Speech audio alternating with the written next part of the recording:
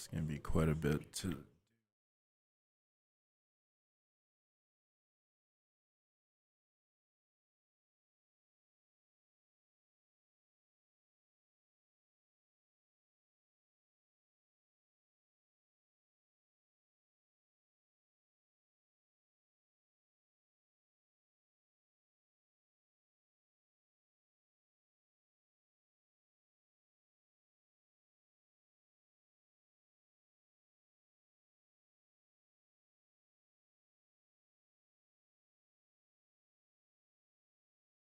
This is going to be a lot to learn. Holy shit.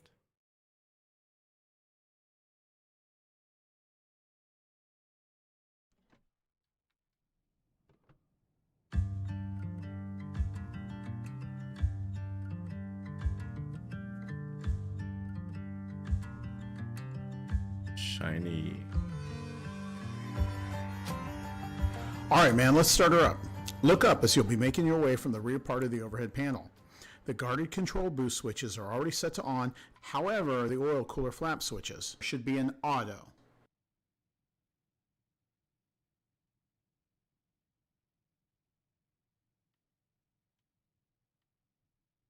Yep. Now take a look at the electrical panel and the 4 generator switches. You'll want to turn them all to on. Generator switches set.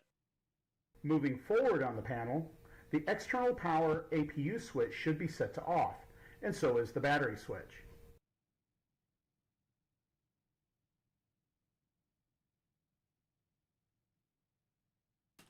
Correct. Okay, now we get to the ice protection panel, which is directly above your head. The propellers switches are set to off as they should be. The engine ice protection switch should be set to auto.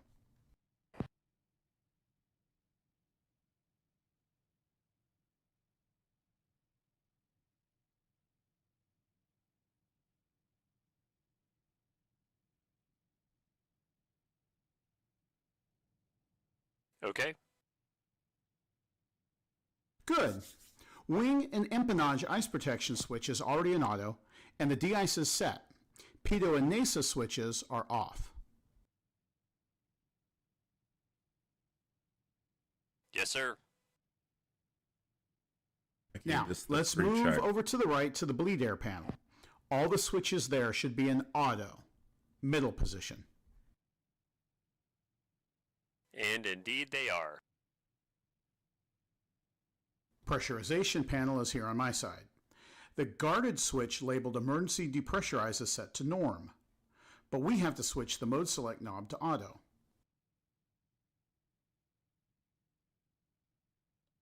Auto set. This large panel with digital displays in the middle of it is the fuel management panel.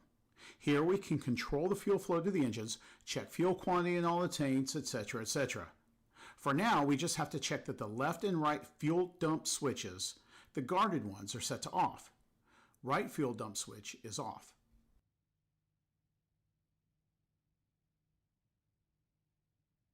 Left fuel dump switch is off.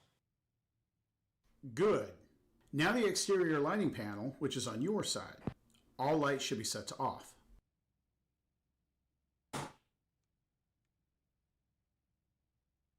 All lights are off. Can you control the lights on your side? Nope.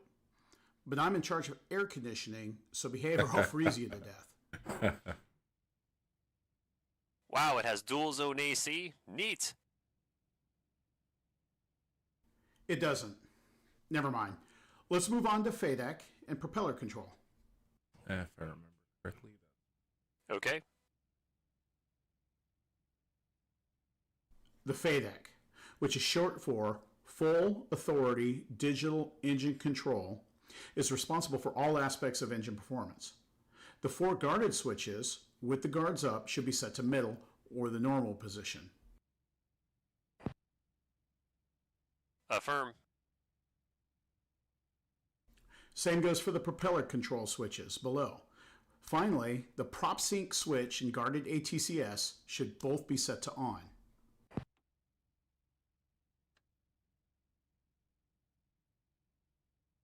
That's what I'm seeing, sir. Good. To the right, you have the fire engine start panel. The four handles are pressed in, and the APU control switch, which is on my side, is set to off. If you say so. Wipers are off, air conditioning set, gear lever in the middle is down.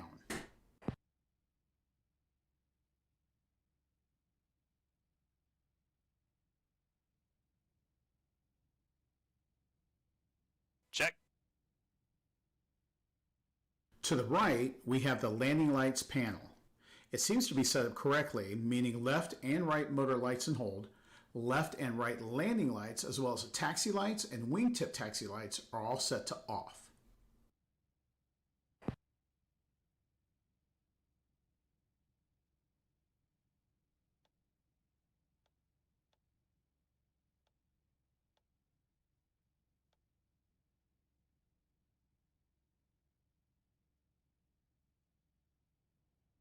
Check. Funny that you can turn left and right landing light independently. Any ideas when only one would be used? We have independent light switches. Just in case there's a malfunction of either motor, you can still illuminate the other landing lights for the motor that works. Also, they get really hot, and if one remained in the wing, it could cause some serious heat issues. Since the landing lights also have an IR capability, you may only need one if two is going to be too bright when you're landing on NVGs. Okay, moving on. Further to the right, we have the hydraulic control panel. The aux pump switch is off as it should be, but you need to enable the anti-skid switch. Done. Now you would set up the lights using the pilot lighting panel, but there's no need to do that now. Okay. Verify that the air deflector switch on the air delivery panel is set to closed or aft position.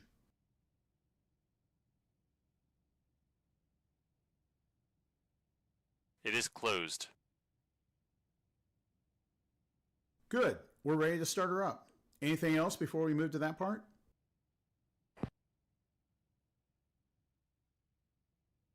Let's do it. I don't know why that's still lit up.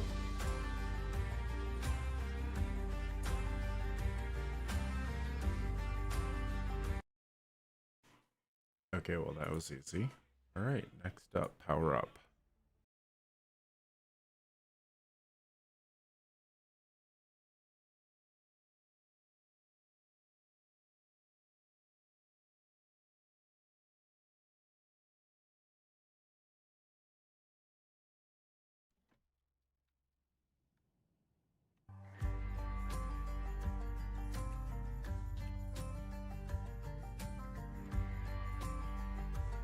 Look at all those shiny new panels. Brand spanking new. First, test the battery. Set the test switch to AV, which stands for avionics, and util or utility, and check that you get at least 24 volts on both.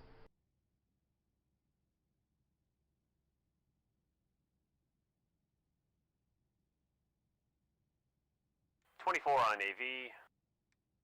Util is good.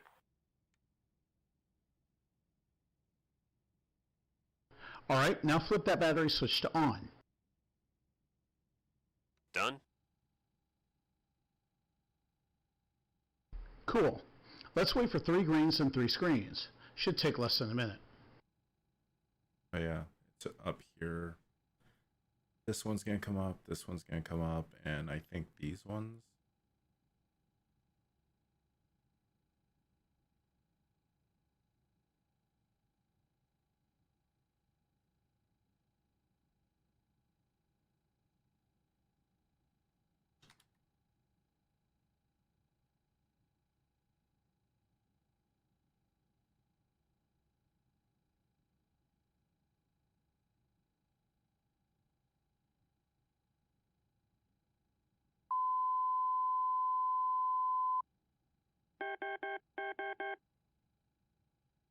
Clear that master caution.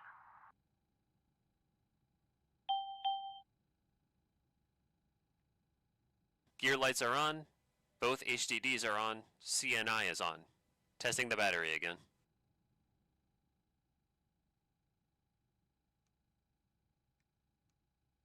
All good here.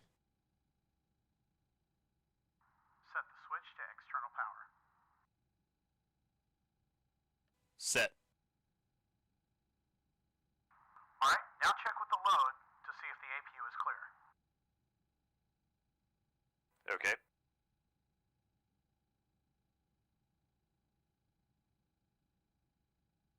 Loadies, how's the APU ramp and door? Clean, open, neutral. Roger, starting APU. Auxiliary hydraulic pump on. From now on, you'll just hear me call it the aux pump. It is on. Strobe light set to red.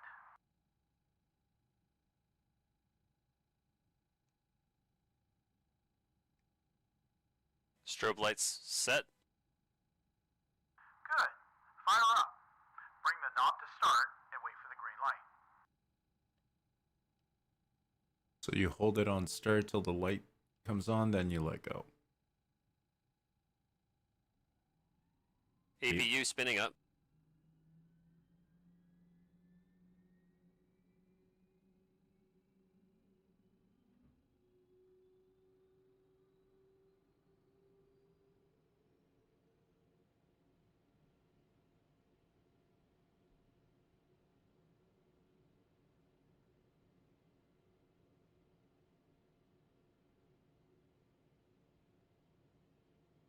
RPM at 100%. Okay.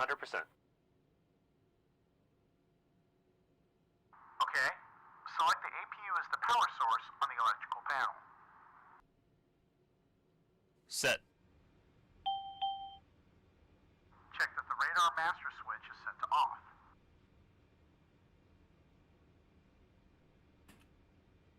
It is off. Let's check the fuel management panel. Dump switch is closed. Fuel level control valve test is off. Cross ship switch is closed. All 8 transfer switches closed. Crossfeed switch is closed. The single point refueling valve is closed. And drain is off. Tank select is off. Yes, sir. Let's skip the smoke detectors and fire detection tests for this flight. I Now we like do that co-pilot plan. lighting lamp and display tests. Lamp first. Lamp first.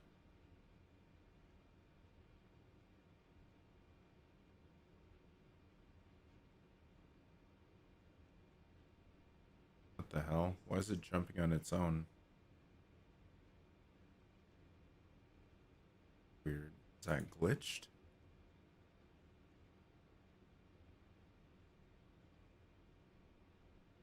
All looks good. Display.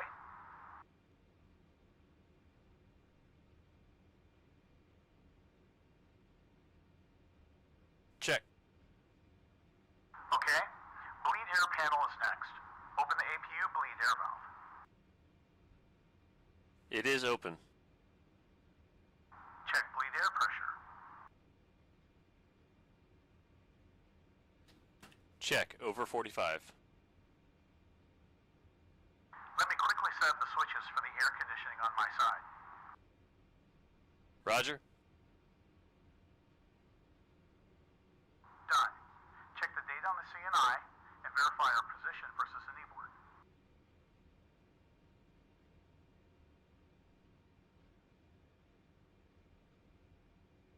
Teammate.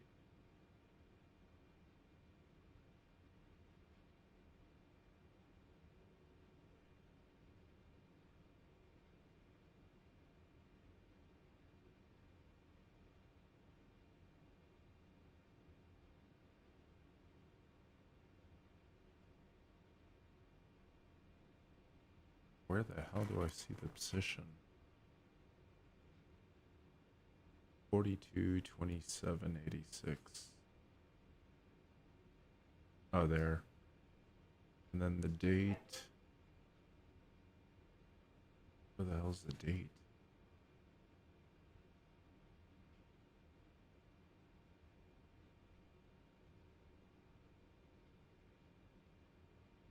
I'll assume it's good.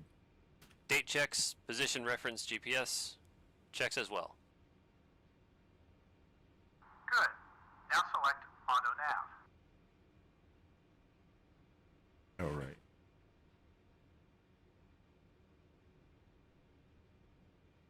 Done. Pull down the HUD.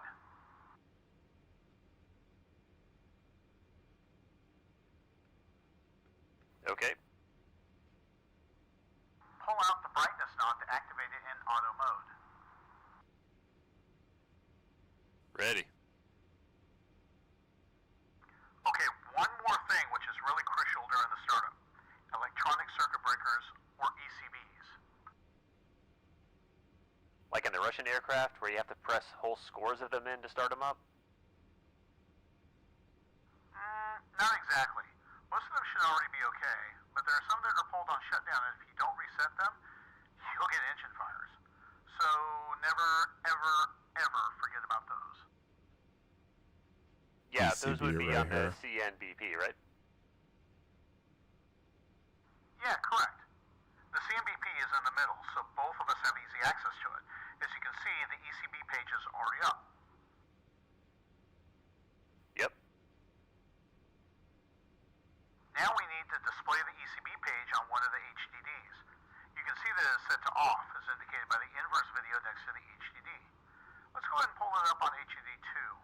Press the 2 on the scratch pad, and then press the arrow next to the first line. Done. Got the yellow indications for the ECBs that are pulled. Correct. These are for the propeller aux pumps and the engine fire handles and oil shutoff. We need to reset them, which can be done either using the CNBP or the CNI. Each ECB has its own specific 3-digit identification code. Yep. To reset the ECBs, you have to manually input their ID code into the scratch pad. Let's go and do so for the aux pump for prop number 1. Type 481 and press reset.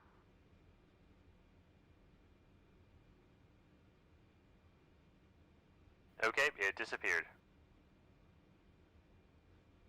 Yep. You can also reset all of the ECBs in one go by typing all of their numbers together. Go ahead and do it now. Alright, typing them all in. Once they're all in, go ahead and press reset again.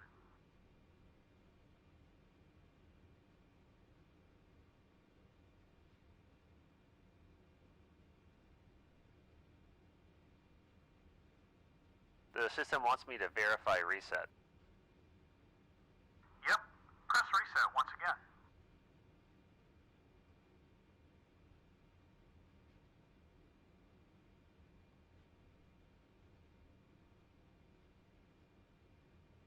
I already did it. The hell? There we go. No more open E ECBs. To see all of them, press the left push button next to Sys Bus Open to cycle through the list. Use Next Page and Previous Page to go ahead and change the pages.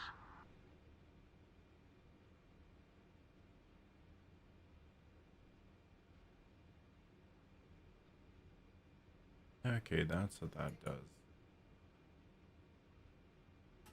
Okay. Select Master Av.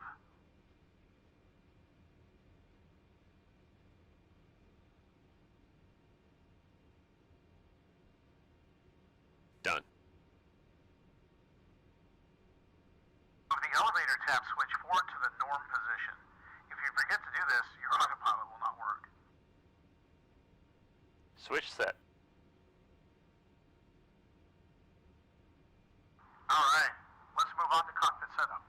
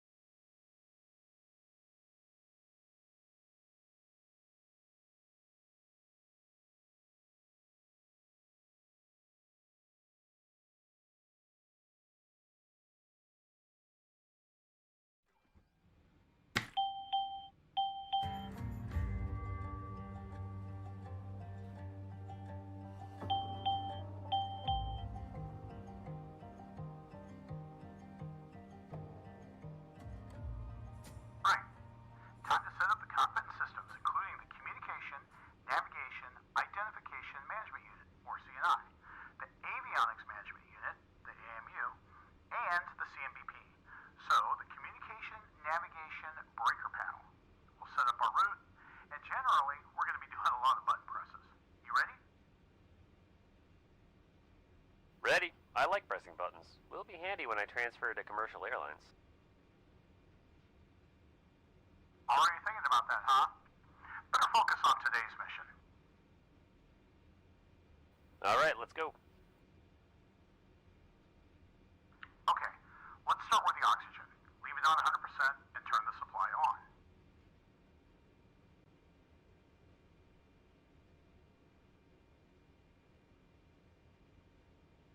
Set. Okay, we're going to deviate a little from the checklist, and we're going to start with the ref mode panel and the AMU before turning our attention to the CNI.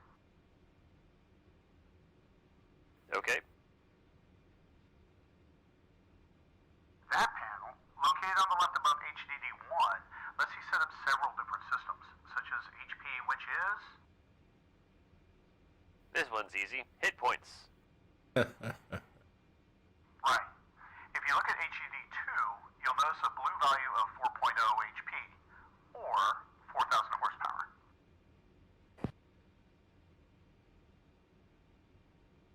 I see it. Rotate the knob to HP.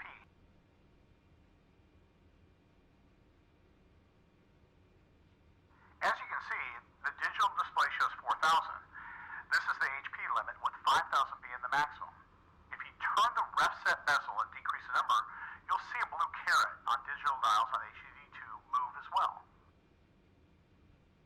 Affirm. Why would I want to limit it? So, if you've got a high crosswind component, the power is restricted to 2,500 HP until achieving 35 knots. Also, this is so you can verify the engine horsepower matches what the CNI said it should be. If the two numbers are more than 200 horsepower apart, the takeoff is aborted, as the airplane will not perform like the CNI said it should. Set it back to 4,000 for now, and turn the knob to radalt. Done. This is the radar altimeter? Yes. You can set the altitude above ground at which it will start shouting at you. Set it to 500 feet, and let's move on.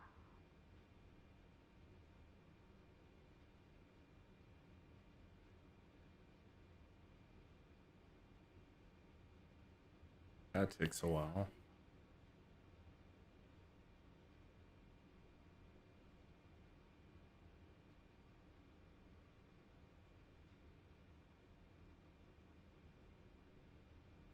Feet set.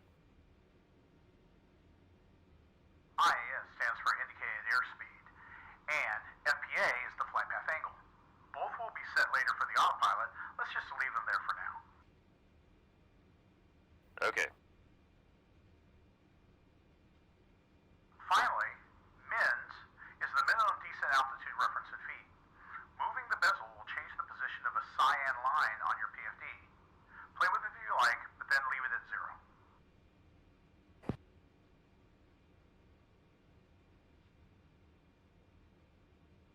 Alright, what's next? Let's go ahead and move to the AMU, or Avionics Management Unit. Select the PFD, or Primary Flight Display, in the main menu.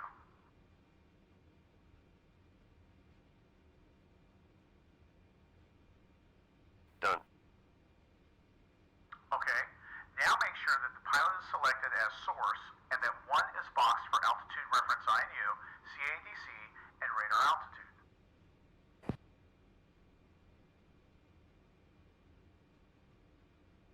Okay, here it is. Altitude reference 1. IN. The hell? CAD, whatever. Okay, CAD there. And then radar altitude. Okay. Yep, that is set. Return to main menu and enter nav select.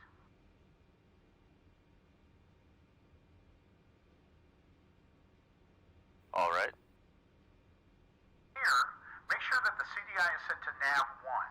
This is a source used for navigation information on the HDD. Also, set up TACAN1 as pointer 1 and TACAN2 as pointer 2. TACAN 1 as pointer 1, TACAN 2, pointer 2. Okay. Cool. We can use 2 different take-in sources, right? Nice. Someone's been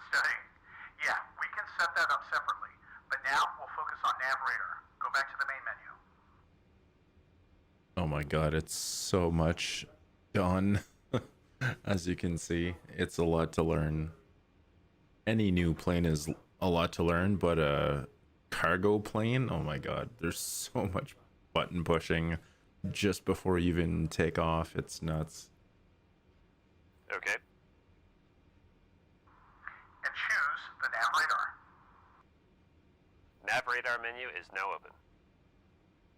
You can have the nav radar displayed on any HDD using the HDD position screen. Go ahead and bring it up to HDD 1. Alright. Okay, so in the nav radar menu, you can choose different options for the navigation radar display. The full part determines which of us is using the full overlay and which is using the partial. Range is pretty obvious. You can set up the scale of the nav radar and the distance between the rings. Yeah, remember during the cold and dark procedure, it tells you to basically set these at like 10 nautical miles, and then the overlay, you can set up the RWR to literally overlay on top of that, which is pretty nice. Makes sense. Okay, moving on. Center offset will place the aircraft symbol in the middle or at the bottom of the screen. Mag true grid changes the compass reference. We'll usually be using magnetic heading. The bottom line on the left selects the orientation of the screen, heading up, track up, or north up. Yeah, I like heading up. I like the direction to face where I'm heading. The last thing you need to do is set up the overlays, so select that now. Overlays menu is on. You want to set this up according to personal preferences and tactical considerations. You can have the nav aids shown, the airport tactical information displayed on the screen, as well as the flight plan and waypoint IDs. Alright. You can also have the RWR symbology and threat position displayed. Great. Set it up as you like. Since we don't need the nav radar for takeoff, uncheck the HDD1 under HDD position, and let's move on to the CNI. Press the HDD position. What?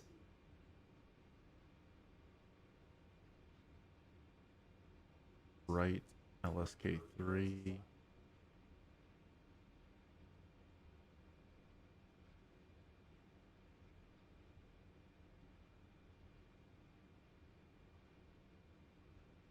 Okay, that's flight plan.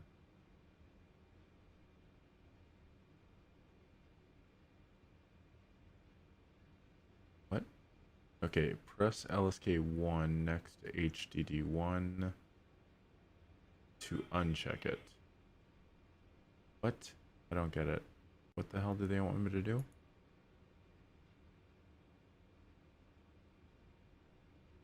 Yeah, I agree. RWR is definitely a must, especially in a cargo plane. You definitely want to make sure you have any RWR threats come up. All right, so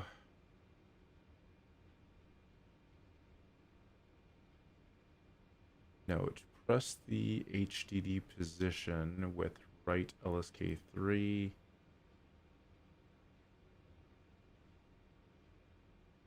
And press LSK1 next to HDD1. Yeah, these instructions are so unclear. I have no idea what the fuck it wants me to do. Oh, screw it. Okay, ready. You're picking this up pretty quick. Press the index button on the keypad, and then L2 to enter the weight balance page.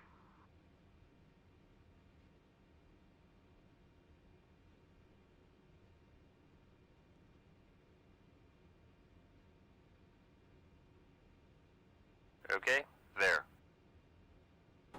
This is where it's a lot of button pushing. Weights displayed on the left: basic operating weight, fuel weight, zero payload weight, the weight of the current payload, and finally gross weight, which is the sum of the basic fuel and payload weight. You can go into a lot of details with separate pages on the left, but there's no need for us to do it right now. Cool.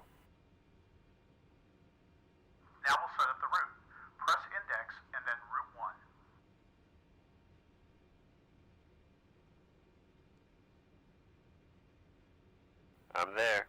Good thing I have an MCDU at home. We'll start with our destination airfield. Type the ICAO code for Batumi, which is UGSB. Alright. UGSB.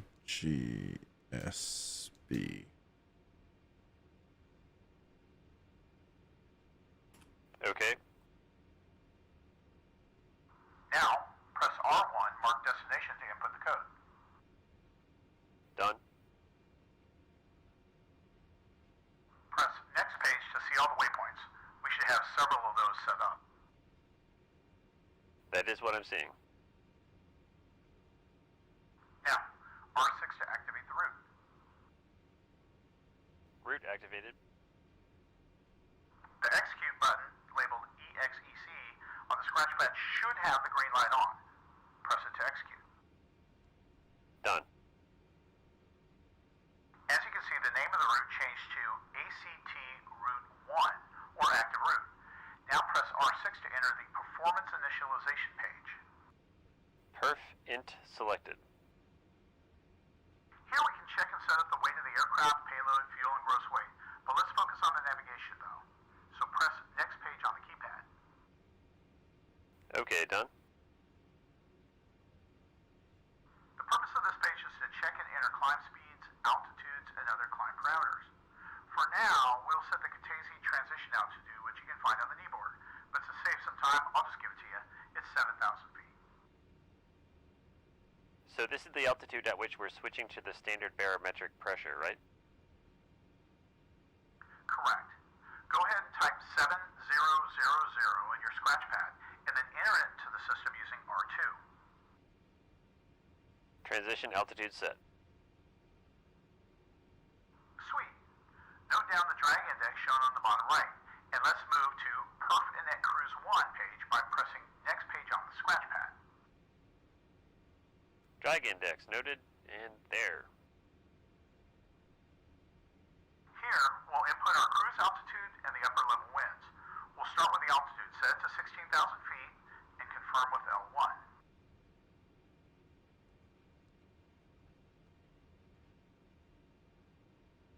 Set.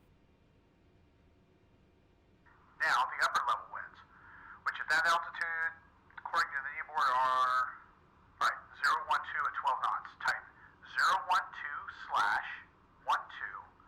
and confirm with L2. That is set. Good. Press R6 to enter the told index page. Alright, done. Nice. Okay, so here we can select up to 6 airfield runway combinations for landings and takeoffs. You can input those in the dash spaces on the right. But first, we're going to need to tell the aircraft about the drag index you noted earlier. Why can't it just automatically import the data here from, where was it, perf int page? Well, because then you wouldn't be needed, and I can fly the airplane all by myself.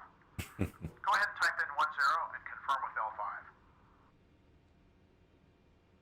Okay, done. What's next? We now need to inform the computer about the weather, the conditions here at the departure airport. Normally, we would get the most current data by listening to the ATIS, but Katese doesn't have one. So we're going to have to rely on the information that we gathered during the mission brief before we stepped. Let's do it then. Okay, first type in the ICAO code for Katese, followed by the runway number. So, UGKO/07 and confirm with R1. Katese added. Good. Now enter told init page by pressing L1. Oh wait, I think I entered that wrong. I thought he said UGKS. Whoops. I put O, or maybe I'm misremembering. Okay, this looks like more info about Katese. That's because it is. You have the length of the runway, its heading, slope, and elevation. Let's first fix the magnetic heading for the runway, which is 067 degrees.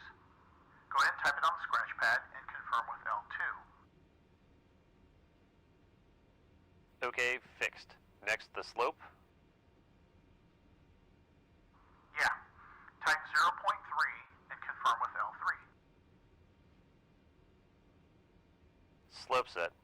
elevation looks fine?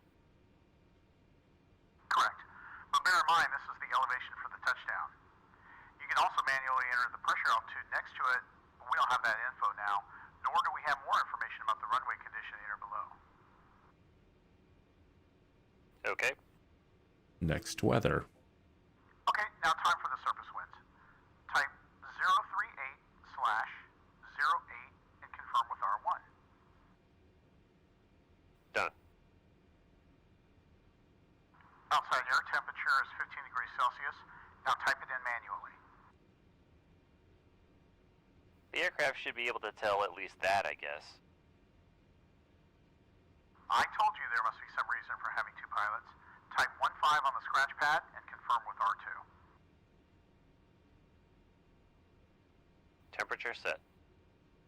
Finally, type the altimeter setting, which is 2990 today. Type it in and don't forget about the point between the digits and confirm with R3. Done. So much button pushing. Okay, good. Now enter the takeoff data page using the L6 button. Okay, got the power, refusal speed, rotation speed, obstacle clearance, and some other things. Make sure to note down the ones you mentioned, as we're going to be feeding them back to the mission computer. Others are the min control speed on the ground, min control speed in the air with 3 or 2 engines, and the maximum recommended crosswind. So I need 4,700 horsepower. I need 106 for refusal, 106 for rot, and 121 for VOBS. I remember that from the previous tutorial. 106, 106, 121.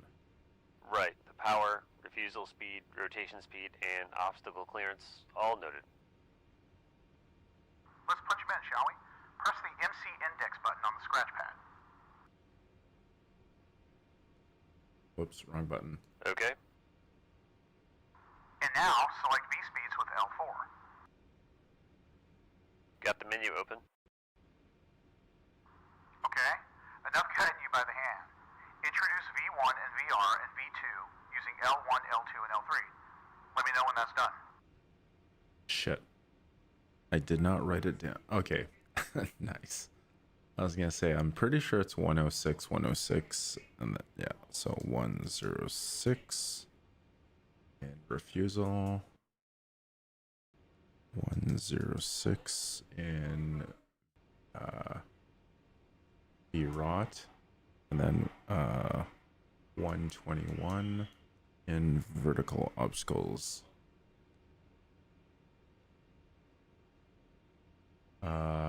Where's horsepower? I don't think I needed that here. 106, 106, 121. Horsepower, I'm pretty sure is not on this screen. I'm pretty sure I'm good.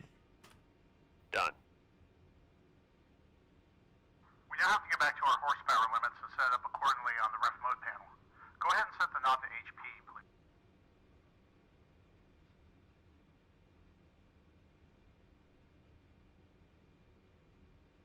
Done. And increase the value to 4750 using the knob. Not quite. Exactly. Set it now. We're supposed to do 47 minus 200. This is supposed to be 4,500 according to the other tutorial I saw. Ready. What's next? Great job. I can tell you've been studying a lot. Next, we're going to start the engines. This is wrong. The other tutorial I saw, you're supposed to round it up to the nearest 50 and then minus 200. This should be 4,500.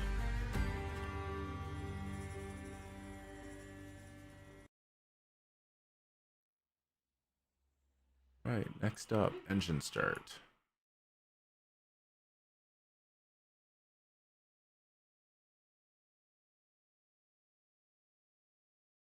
Time for the fun stuff.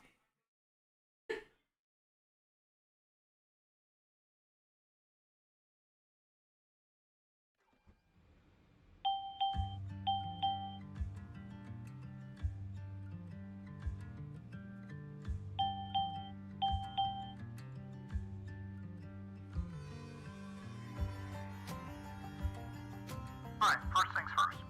We need to get startup clearance from Katesi Tower. But before we do that, let's do a refresher on how to enter the preset radio frequencies together with their labels. Radio frequencies. Roger. To quickly switch between channels, you'll need to use the CNBP, which stands for Communication, navigation, and breaker panel. correct. For more advanced handling, we will be using the good old CNI. But let's start with the CNBP. Press the COM button to display the communications menu on the middle screen. Alright. U1 and U2 are our uniform radios. V1 and V2 are for Victor. H1 and H2 are high frequency radios. As you can see, those aren't on yet. Oh, I thought you'd say H1 and H2 are hotel radios, following your previous logic. Yeah, sorry. I don't know why nobody says hotel. I guess it's just easier to say HF. Alright. Here, you can manually enter the desired frequency using the keypad on the right, or you can just use the preset number. Katesi ground is on 121.9, but it's also programmed under channel 2. So I type either of these and press the LSK to select it, correct? Affirmative. The channels are listed on our keyboards, and this is the quickest way to set up the radios. But we can also name the desired channel using the CNI. Go ahead and press the COM tune button on yours. Okay. On the left side, you have the list of all the radios, and on the right, the currently selected frequencies. Select L3 for the Victor 1 radio. Okay, now I have the list of channels and frequencies assigned to them, and the currently selected freak at the top. Yep. Also here you can assign a label to each frequency. Go ahead and type KGND/121.9 and press LSK3.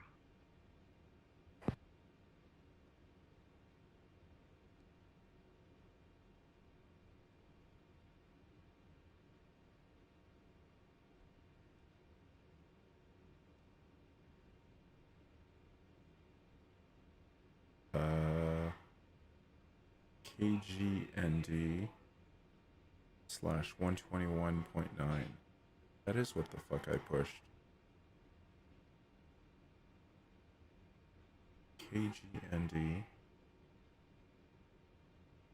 LSK3. Why is it saying invalid entry? Oh, I think it's because I don't need...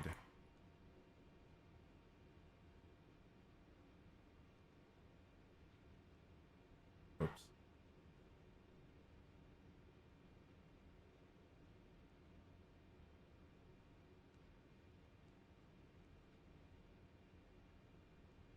There we go, because 121.9 is already there.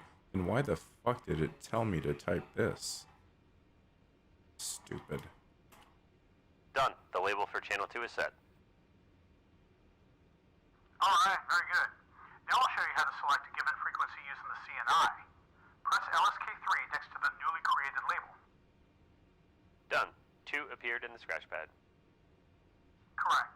Now press LSK1.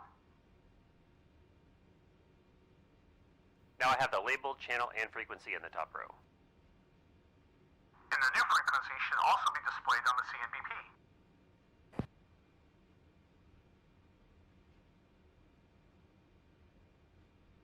Indeed. Go ahead and request engine startup from ground.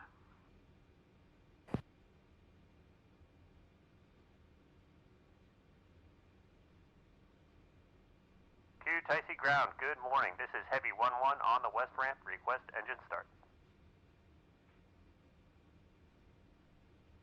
Heavy 1-1 to Ticey ground, good morning. Engine request approved. Heavy 1-1, roger. Alright, let's start her up. First, reset all 4 FADECs on the panel above you.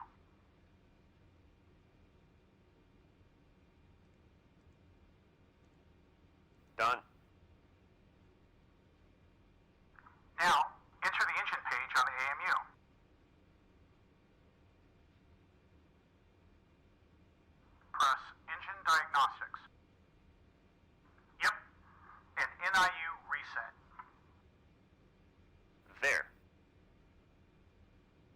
Yeah, I gotta reset each engine.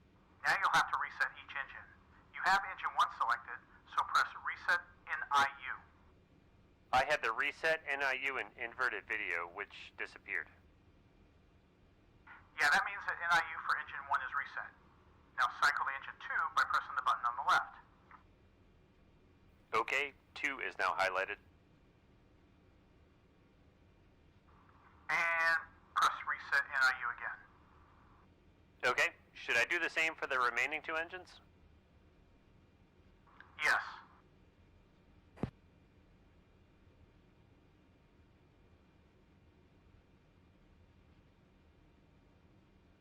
All 4 engines reset. Uncage the standby attitude indicator by turning it a little. Uncaged. Now move the throttles fully forward and then return them all the way back to the ground idle position. The best way is to move them all the way back and then push forward until you hear a click.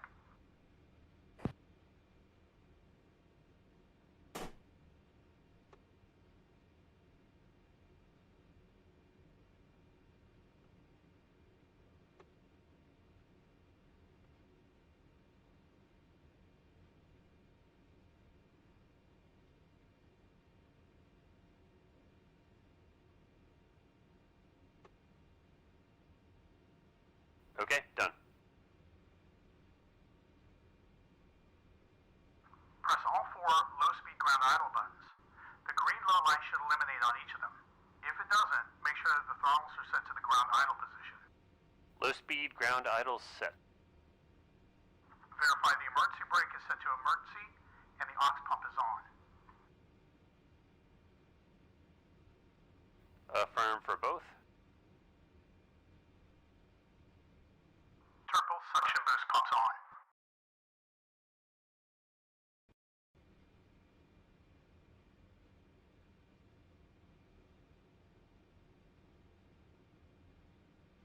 Both pumps are on. Okay, we always start with engine number 3 first. But before we do, we gotta check with the loadmaster to see if the area is clear. Roger. Loadmaster, clear number 3 engine.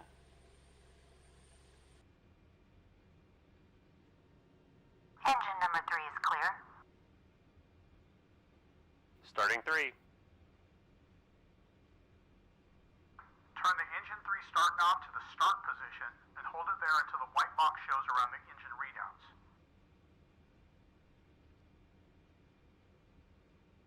Engine 3 is starting. And Got the it's white box. boxed. The clock has started and bleed air pressure drops. Yeah, bleed air pressure drops every time you start it. Gas generator speed, oil pressure, and fuel flow are moving.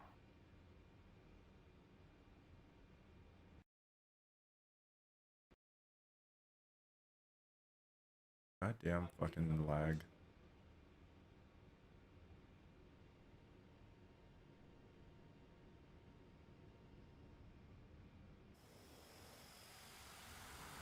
Sequence complete. White box disappeared and beta is shown below the engine display. Good. Now time for engine number 4. Clear number 4 engine.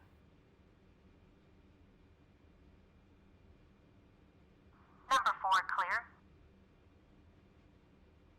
Starting engine 4.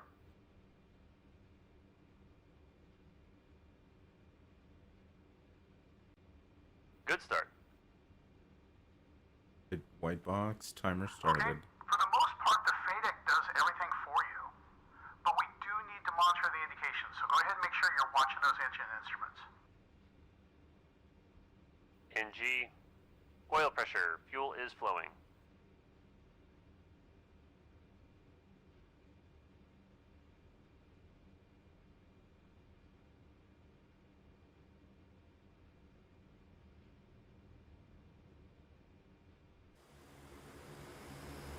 Good beta. Good startup 4. Okay, start engine number 2. Clear number 2 engine.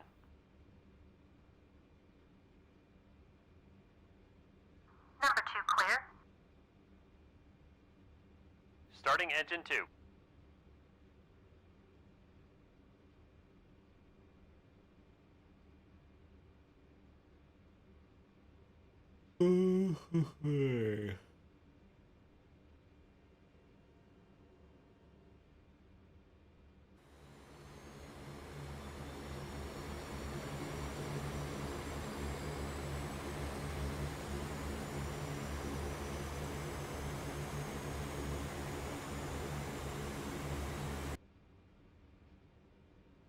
There we go, got beta. Now I could start number 1 if I wanted to.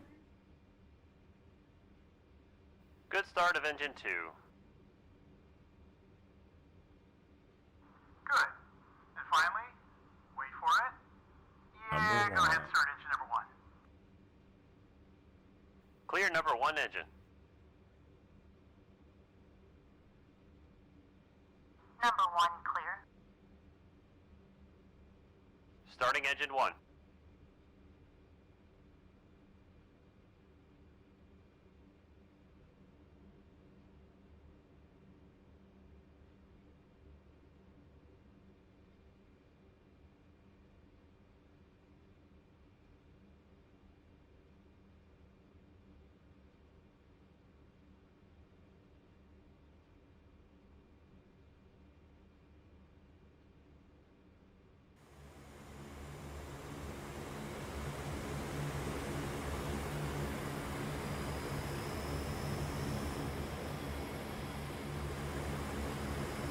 Good start of engine 1. Reset the FADEX.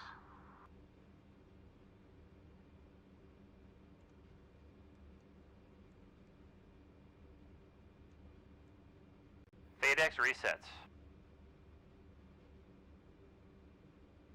Now you have to reset the left and right ice detector ECBs. Enter the ECB page on the AMU. Okay, if I remember correctly, these were 208 and 706, right? How the hell did you memorize that?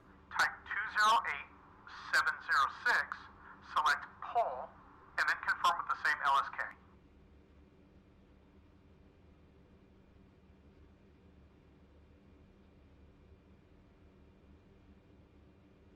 Ice detectors fail.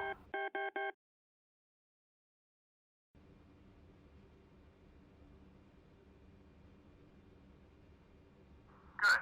Type 208706, reset, and confirm. 207 706.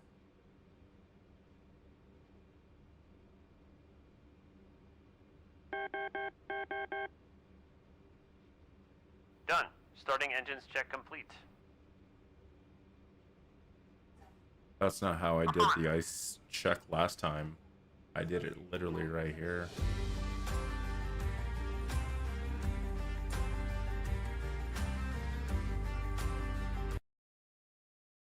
Alright, on to the next module. Taxi and takeoff. Nice. Fun stuff.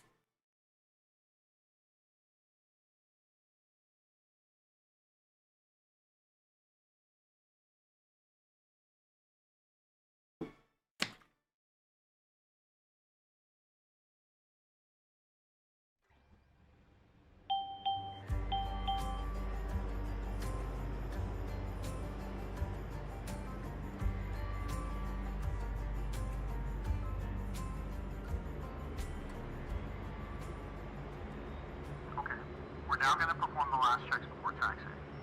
You're going to have to do a departure brief, contact ground, get to the active runway, talk to the tower, and take off. Ready? Yep. Okay, normally at this stage there's a specific task flow between the pilot and the co-pilot. But I'm going to let you work both yours and my parts of the checklist, at least the items that you can easily reach from your seat. Okay? If you have to, I already have a lot to do with my part. Yeah, I know. But we're going to have to do it that way. That way you can see both seats and how they both do the checklist. So the first thing is to set the flaps to 50%. This is normally done by the co-pilot, but go ahead and be my guest. Set 50%. Disable low speed by pressing all 4 low speed ground idle buttons before the ice protection system test.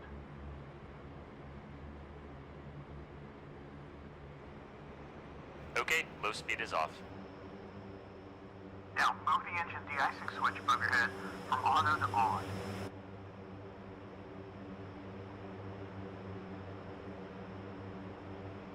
I don't know how these guys fucking reach this in person. From auto to on. Okay. It is on. We're now going to wait for the engine anti-ice on message to show and stay. Normally we do this only on the first flight of the day if icing conditions exist or are anticipated. Roger.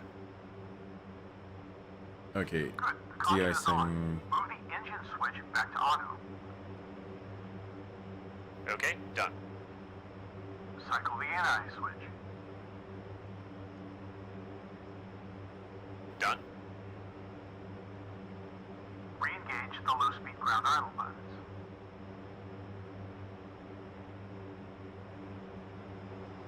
Low speed set for all 4 engines. Now we'll perform the stall warning system test, which is called a pusher test. Enter the GCAS install page from the main menu. There. Ensure that the stall warning is on, the pusher is on, and when ready, press the LSK next to the pusher test. Stall warning. It's on. Okay. Pressed. Nothing happens. For now. Just wait for it. Hold the control column in the neutral position. Stall. It's moving Stall. forward. Stall. Stall. Stall. Yeah, that means the system's working as intended. Alright, hold the controls to the neutral position, and let's move on to the autopilot. We're going to test its responses to the heading change on the ground and the disengage switch on the yoke. Okay. First, press the heading button on the reference set mode select panel. Okay. I have the heading legend displayed and a yellow vertical bar visible on the PFD. Yeah, as you should. Now use the heading knob on the heading and course selector control panel to move the light blue bezel on the HSI to say, let's do 150. When ready, enable the autopilot.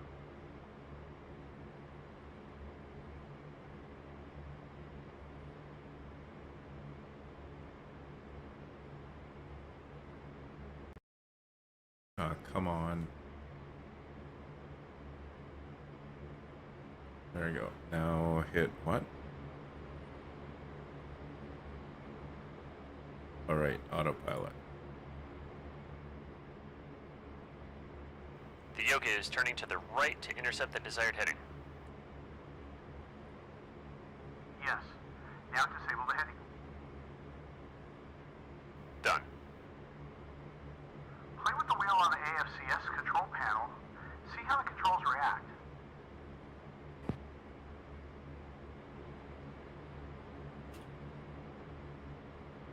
Okay. When ready to move on, press the autopilot disengage button on the yoke. Autopilot. Autopilot. Autopilot.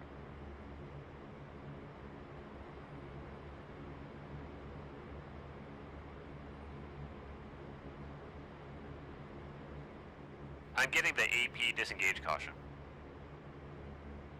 Press the disengage switch again to cancel the warning, and then return the flight controls to the neutral position. Let me know when you're ready to continue.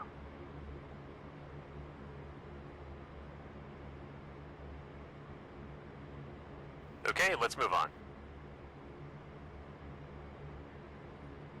Alright, check the flight controls. Move the control column, yoke, and rudder pedals to their limits in all directions.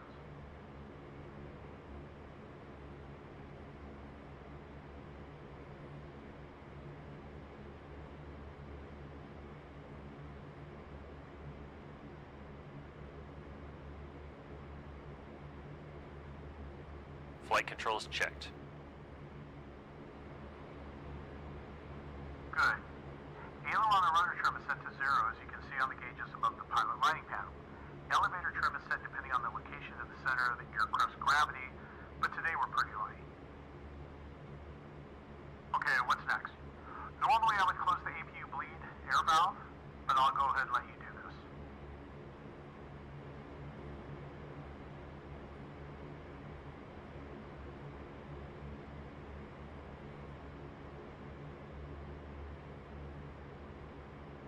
closed. Okay. The air conditioning panel on my side is set. Now all we have to do is turn the radar master switch to on.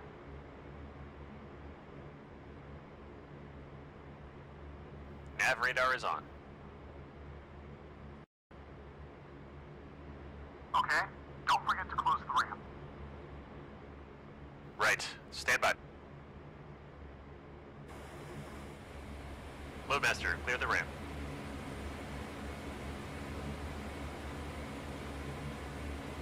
Ramp is clear. Closing the ramp.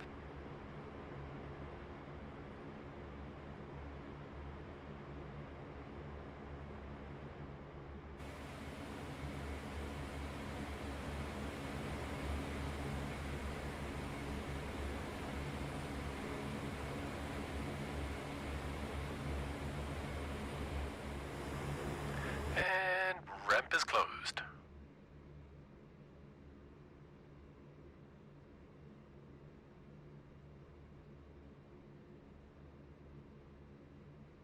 Before taxi checks complete.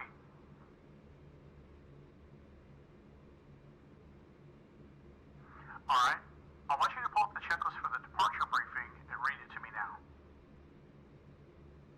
Roger. Stand by.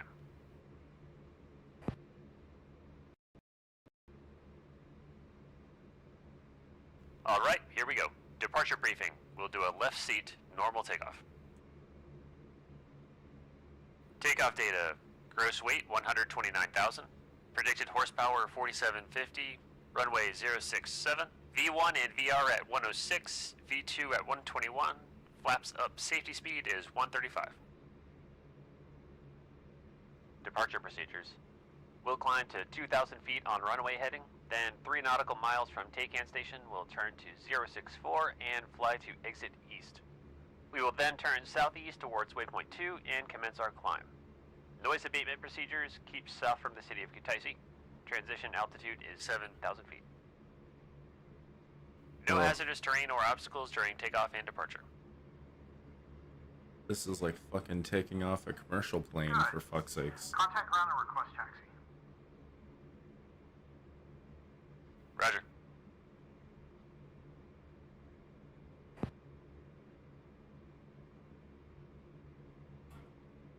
Kutaisi ground, heavy 1-1, request taxi. Heavy 1-1, taxi ground. Taxi Alpha, hold short, runway 07. Heavy 1-1, taxi Alpha, hold short, runway 07. Check the altimeter setting.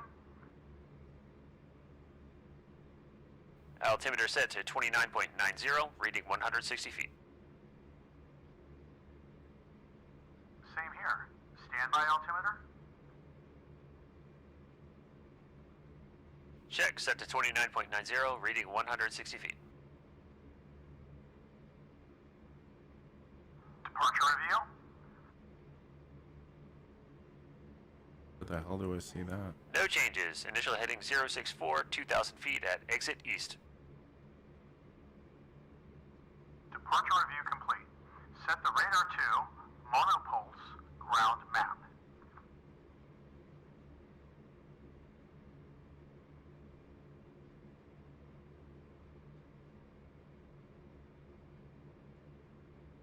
MGM is set. Alright, now it's time to get out of the low-speed ground idle. You can taxi in LSGI mode, but then you need to make sure that the APU is running. If you look at the system status display, you'll see that the APU only generates electrical power right now with all 4 engines in LSGI.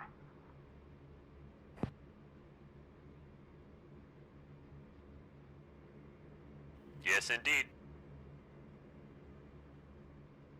Okay, switch engines 1 and 4 to high-speed ground idle mode.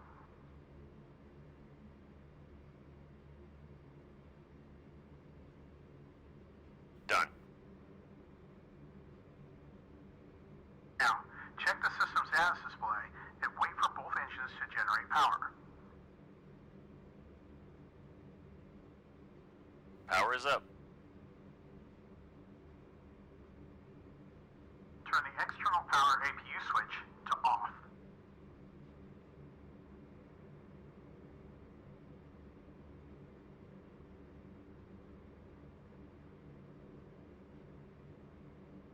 What the hell? Done. There we go. The angle was just not Switch right. engines 2 and 3 to HSGI mode and check the load meters.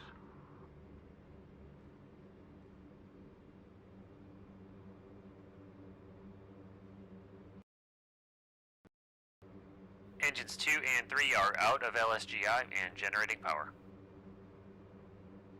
That's what I was doing wrong Okay. earlier. I forgot to Shut do down the this. APU here on my side. Turn it to the stop position.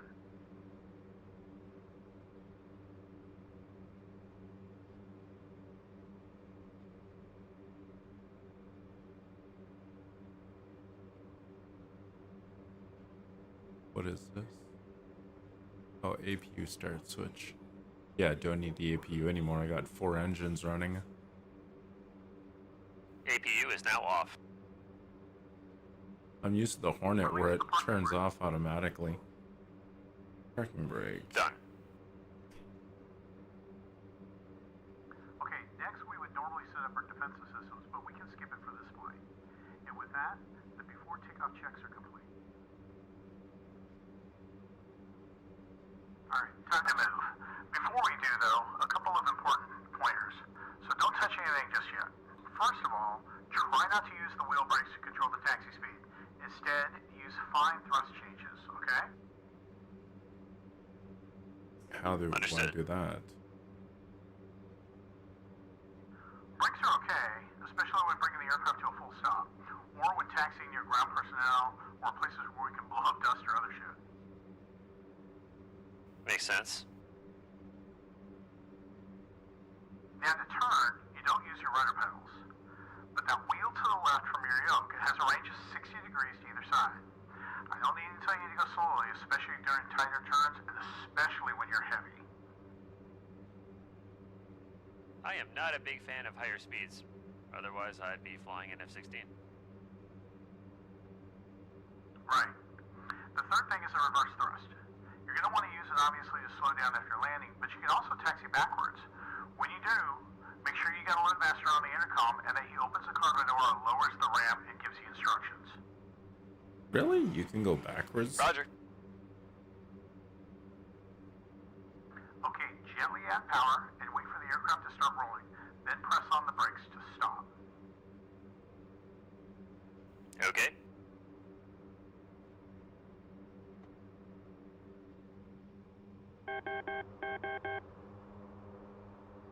What's that caution?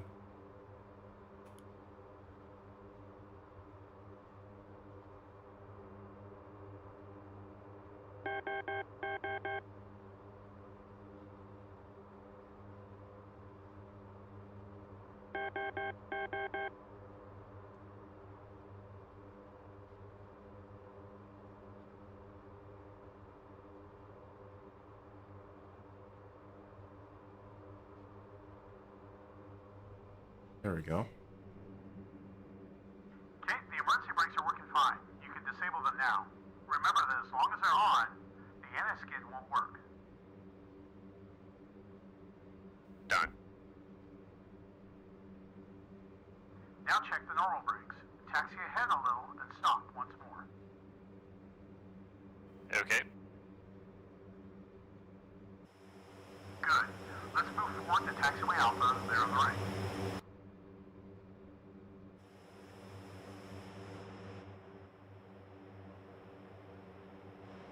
Oh, I remember this airbase. This is where I was a few days ago in the Hornet. Alright, no brakes, just a little bit of power. And let's use this.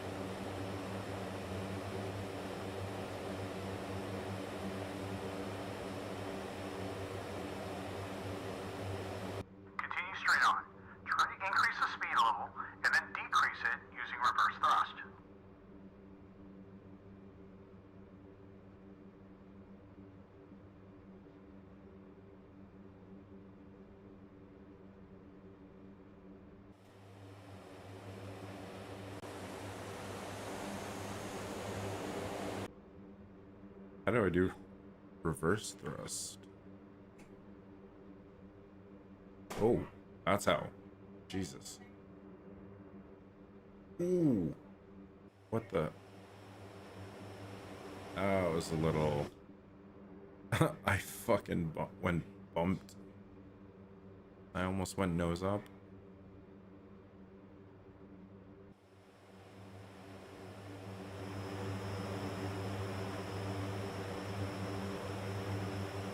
Okay.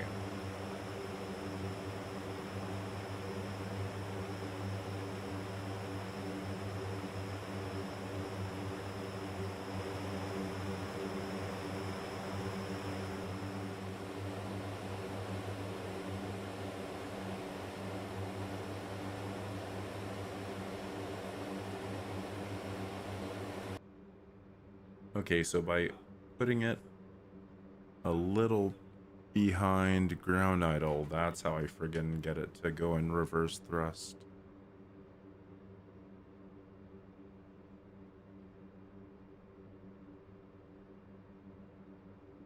Yeah, if I go behind ground idle. Cool. Alright, am I supposed to taxi the whole way now, or what?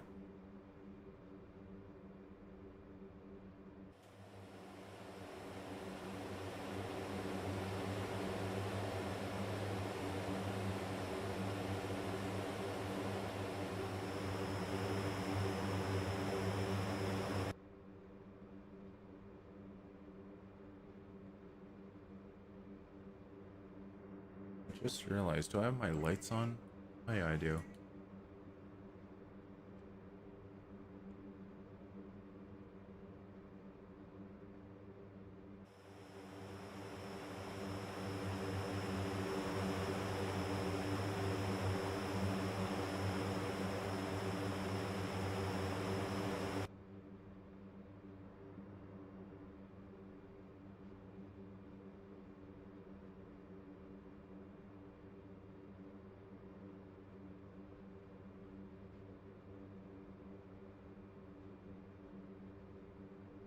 Okay, that's my ground speed there.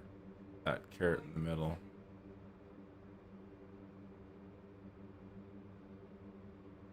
Okay, no. That's making me go backwards.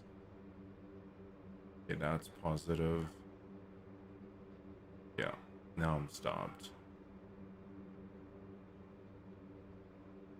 Okay, so if I go below this horizon line, I start going backwards.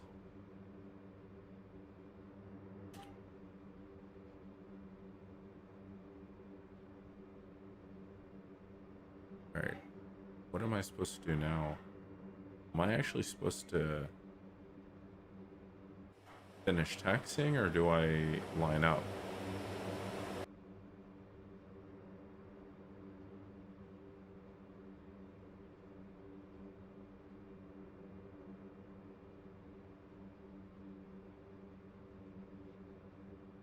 Okay, stop here. Lineup checklist. Okay, there we go. Pitot and Nisa heat switches to on.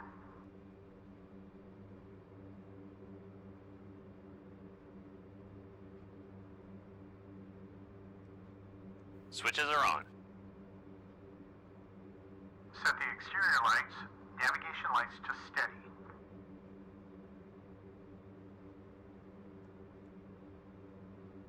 Yep. Top and bottom strobe lights to white.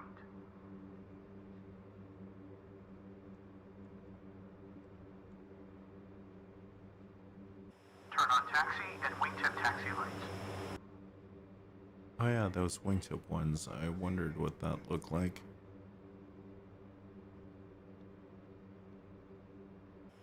Set. Lineup checks complete. Switch to tower. It's channel 3 on the U1. Roger. Press 3 on comm page and confirm with uniform 1.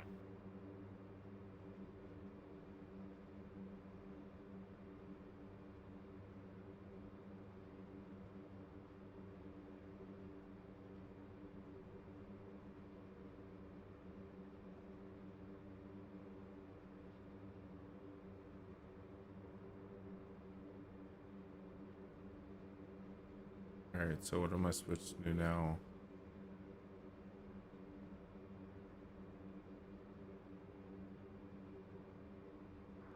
Alright. Enter the active. Line up on the center line. Roger.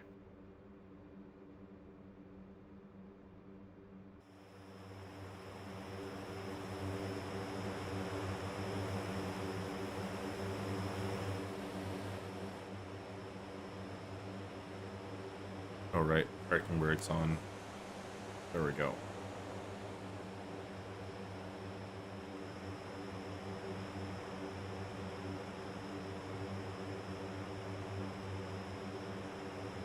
The hell? Okay, park brake is off. Why am I not moving?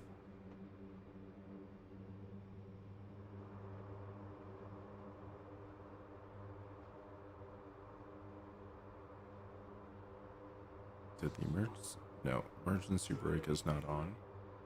What the hell?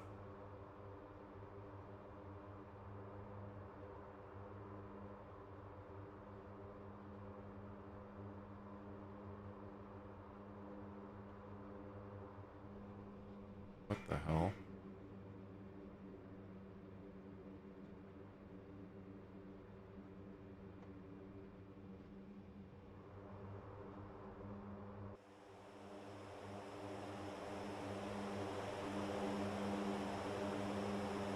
What the shit? Why is that brake automatically coming on? Weird.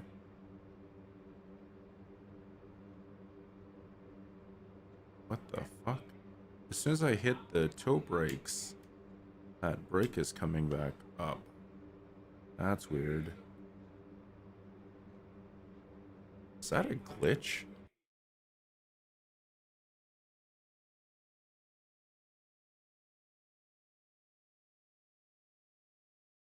Yeah, see, that's supposed to be toe brakes.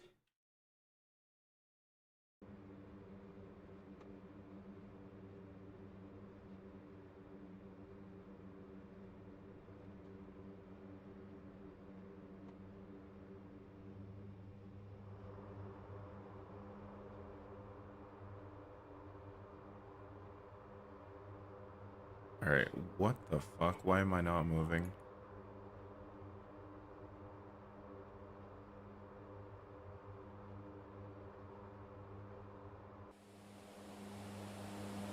Something's wrong. What the fuck is going on?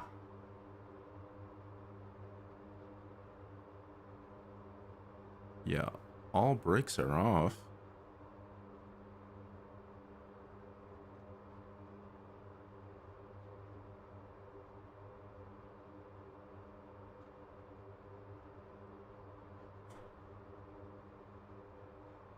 Yeah, there's definitely something wrong with this plane.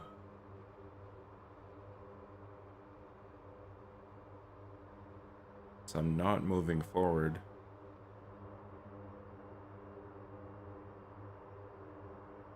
Hold brakes while releasing? While releasing what?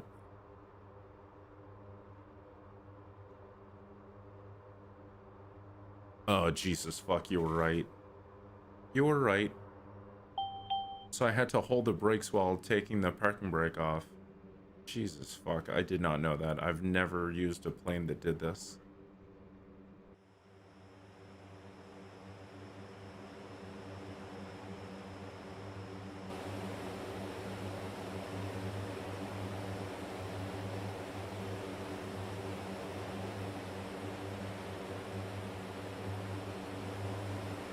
Okay, stop here.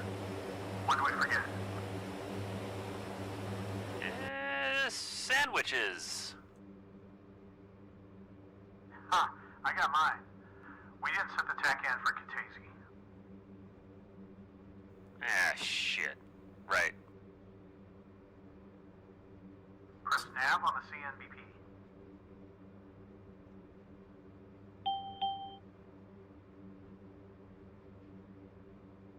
Okay. and press T1. You should see the distance in the bottom right part of your PFD.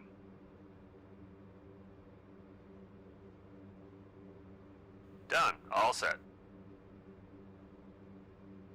Hold the brakes and increase the power to take off. Scan your instruments. When ready, release the brakes. Alright, so hold the brakes, increase speed, and what did he say? Okay, increase it to take off. And I'm going to be looking at takeoff speed.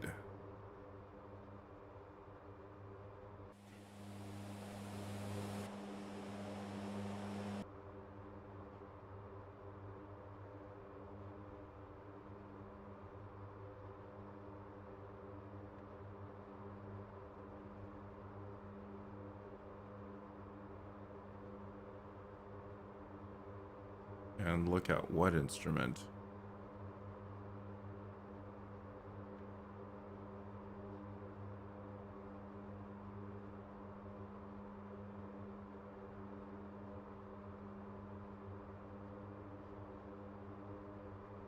Okay, release the brakes. Use nose wheel steering to stay in the middle of the runway. Oh, this is tricky. Especially with this Okay, thing. around this speed, the rudder becomes effective. Use it instead of the wheel. Oh, yeah. Oh, shit. Rotation speed. Smoothly pull up on the yoke and climb. Okay, there we go. Rudder's way easier. Okay. There we go.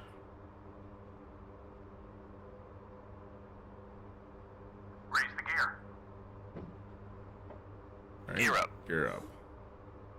Oh, I'm climbing way too Raise fast. the flaps now.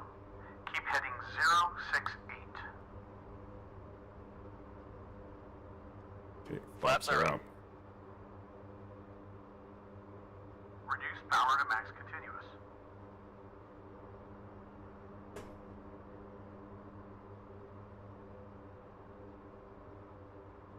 Okay, that seems about right.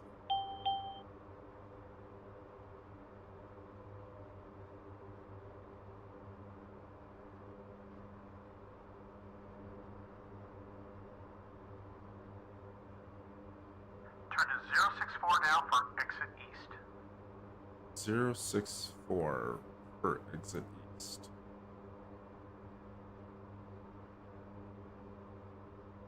Zero 64.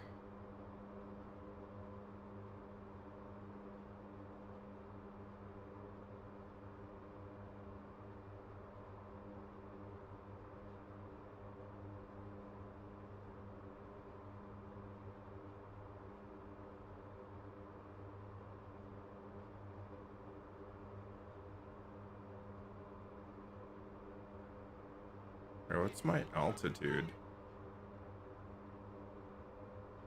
Okay, 2,300 feet.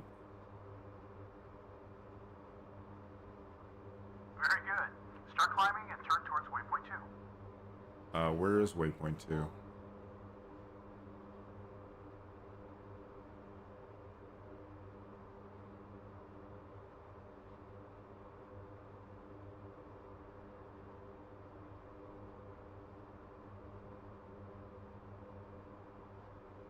I have no idea what any of these indicators are.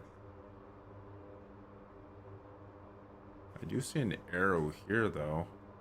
Is that telling me to turn that way?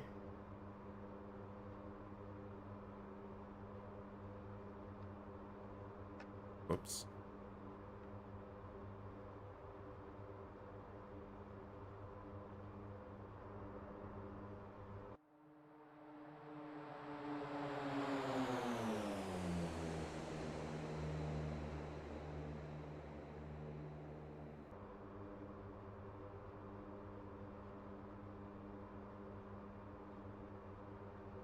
I have no idea where waypoint 2 even is.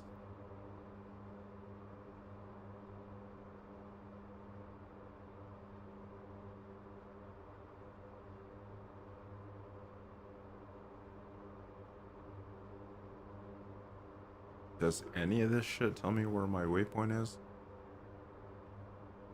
I'm guessing it's where that course line is. So 131. Oh yeah, this arrow is at the bottom is starting to straighten out. So I think that is what that was telling me. I think it was guiding me to where to turn. Yeah, there's my 131 heading. The heading tape, I mean.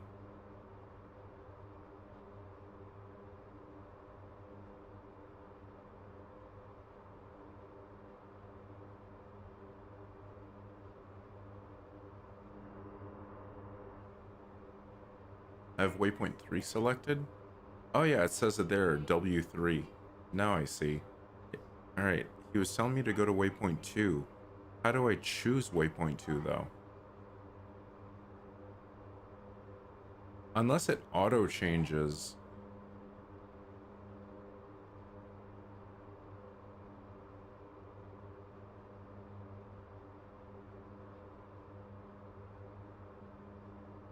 Alright, let's set autopilot. Alright. How the hell do I change my waypoint?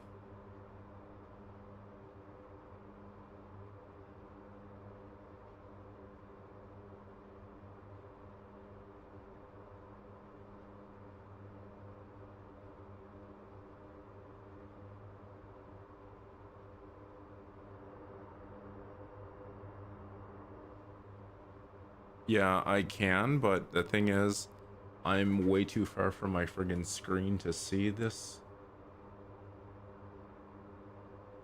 There we go, navigation, nav aids. I don't even know what...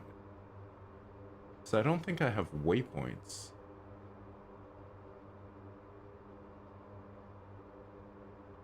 Manual. Yeah, there's no way I'm gonna have time to read this while in flight. Yeah, see, I have the manual right here. Let's see, navigate. I don't even know how to cycle through to navigation. Next page. Flight controls. No, navigation is what I should be looking at.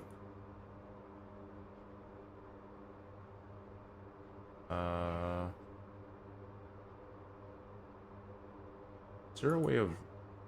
Passing transition altitude.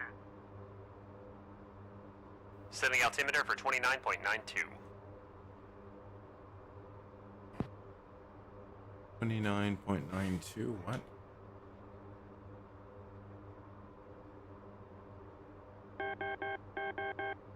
Oh, that's not what I need to do. 29.92.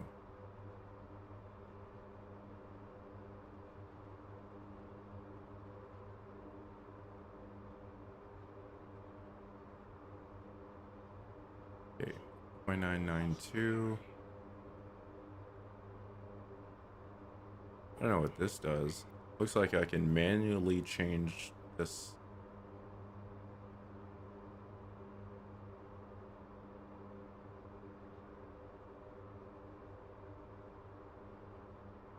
Okay, that's autopilot altitude, I think. Yeah, pilot altitude alert set knob.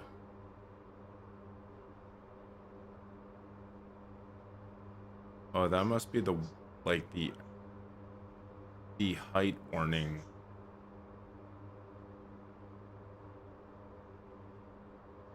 Or no, it seems to be the autopilot height I want.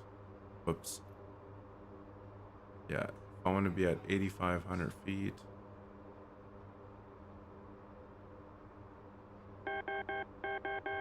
Okay, that's the warning.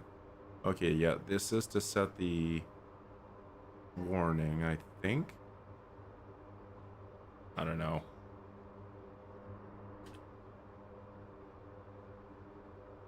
Okay. You probably noticed that she wasn't very steady in the climb. Remember that it's important to always trim the aircraft properly. Go ahead and trim her out so she goes straight. Don't worry about the heading too much. Okay. She seems pretty steady now.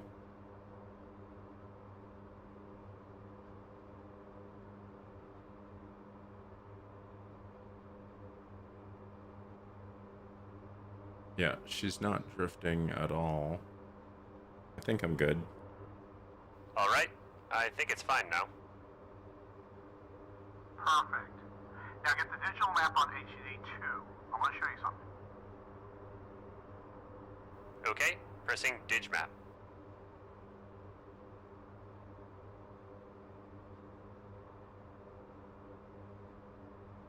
And then HDD2. Got it. Okay, there we go. Okay. You can see our flight plan and also aligned with a cross extending from the nose of aircraft. The cross is the cursor used to move around the map, but now you can use the line extending to it to easily intercept our antenna course and get us directly on it and climb to 16,000 feet. Go ahead and do it now. Roger, getting us on course and altitude of 16,000. Autopilot. Autopilot. Autopilot. Autopilot. Autopilot. Autopilot. Autopilot. Autopilot. Autopilot. Check altitude. Check altitude. Check altitude. Oh, right, because I set that Check 8,500 thing. Check altitude.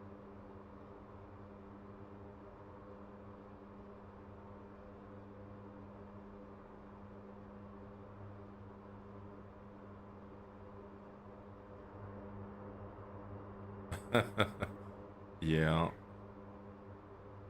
Alright, so I need to climb. And I seem to be on altitude. course line. Check altitude. Damn it. Check altitude. I think it's because I've Check got altitude. this set at... Yeah, there you go. 1,000 to go. I need to be at 16,000 feet, so let's climb that up.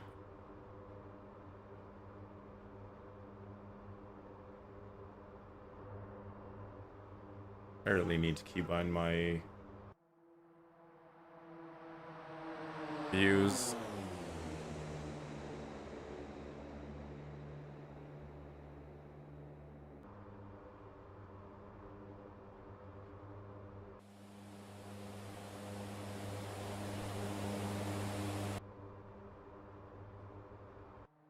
Oh, I did keybind them. Whoops.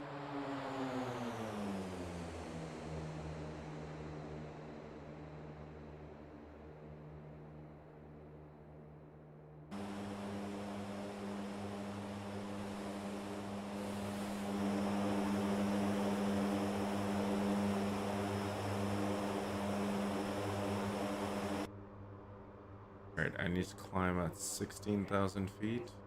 Yeah, I still got a ways to go.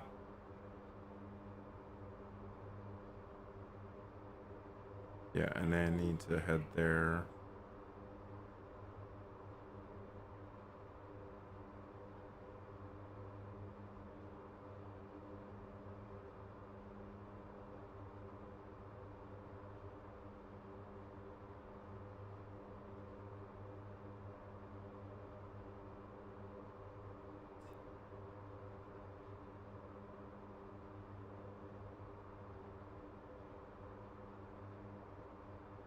Alright, on course and 16,000 feet. I'm at 13,000.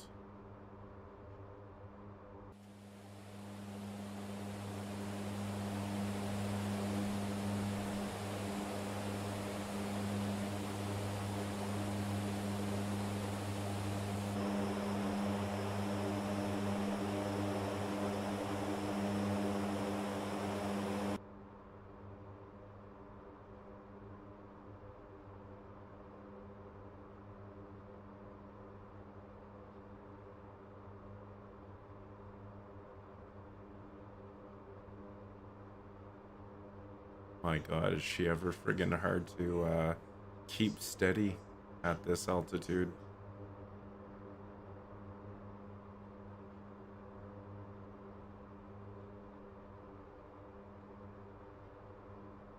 Alright, 15,000 feet. A little bit more to go. Gee, I'm almost at waypoint 3 already. Come on.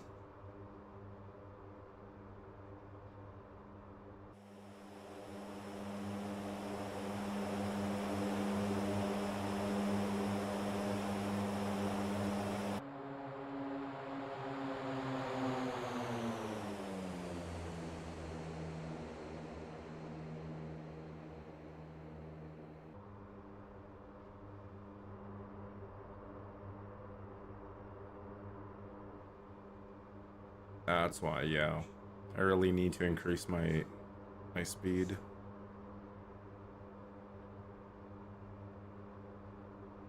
No wonder I was climbing so slow. Good catch. I didn't realize that I still had my power at what is this called? Max Cont? 1,000 to go. Whatever that is.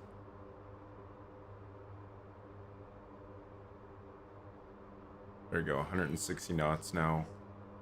Much better. There you go, almost at 16,000.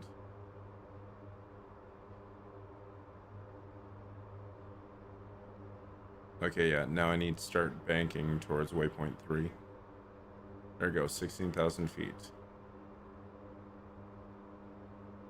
Alright. Autopilot engaged. Oh, now I need to trim right quite a bit.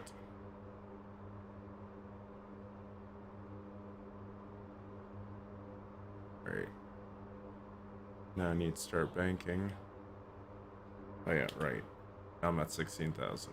We're on course toward waypoint 2 and on altitude. Perfect. Go ahead and select now. Why is it saying waypoint 2? I've got waypoint 4 here. Nav selected. Also, press Alt to hold the current altitude.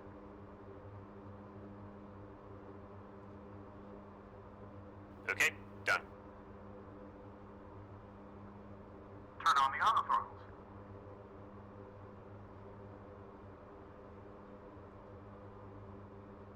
AT set. Okay, altitude hold. There And we finally go. enable the autopilot. Then we'll have a few minutes to relax and catch our breath before we move on to the next part. Autopilot Autopilot. enabled. So, Autopilot. now this thing will flow itself to the destination like an airliner? Not quite, but close. We'll cover that in a moment when we move to navigation. 1,000 to go. Autopilot. Okay.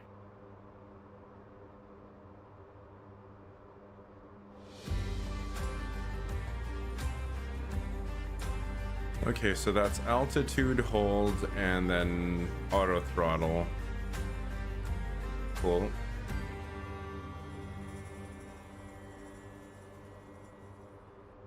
Alright, so that was taxi and takeoff.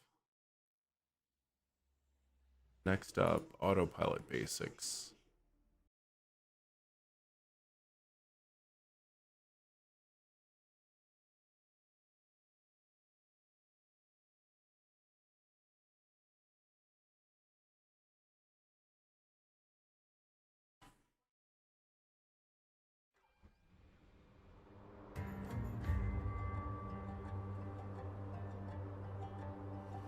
Alright, am I still on autopilot?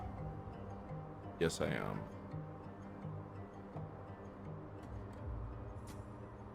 Alright, I think we should now focus on how the autopilot works, as we'll be using it a lot during the missions. In fact, we'll be relying on it most of the time we're in the air. Yeah, I know we pilots are lazy. Mostly in the pointed nose jets, though. Exactly. And they don't have a microwave like we do in here. Nor the beds. Yeah, where is the microwave? Right. So the main panel for the autopilot is just ahead of you, next to the master warning and caution. After climbing, you enable the altitude hold. Okay, nav, that's and what it auto is. throttle is indicated by the green on label.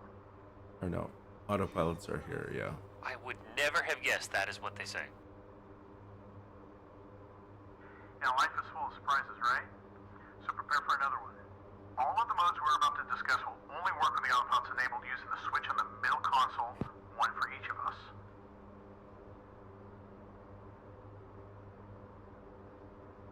Okay, makes sense. So let's start with Alt Hold. It does just what it says. It keeps the aircraft level at altitude at which the button was pressed. Okay, did I hear right that you said it will keep the aircraft level? Yes. It will attempt to get the wings level so you can't use it to, say, circle above a given spot. But we're not in a gunship, so we don't really need that. I'd love to fly a gunship one day. Better focus on today. Well, there are rumors we are going to get the AC-130 if they sell enough of the C-130Js. Alright, what's next? Next one is the altitude select button. This one is very simple. Once the aircraft approaches a pre-selected altitude, while climbing or descending, it'll automatically switch to Alt Hold mode.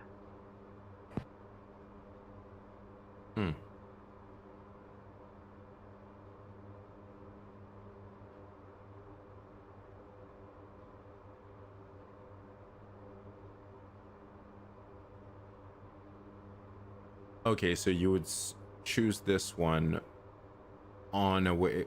It's like attitude hold. So you would select this one, and then once you reach your altitude, it'll automatically switch, I think. And to choose the altitude, I use the Alt cell knob on the ref mode panel. Confirm. Go ahead and turn it right to select 18,000. The desired altitude is shown directly above the current one on the HUD.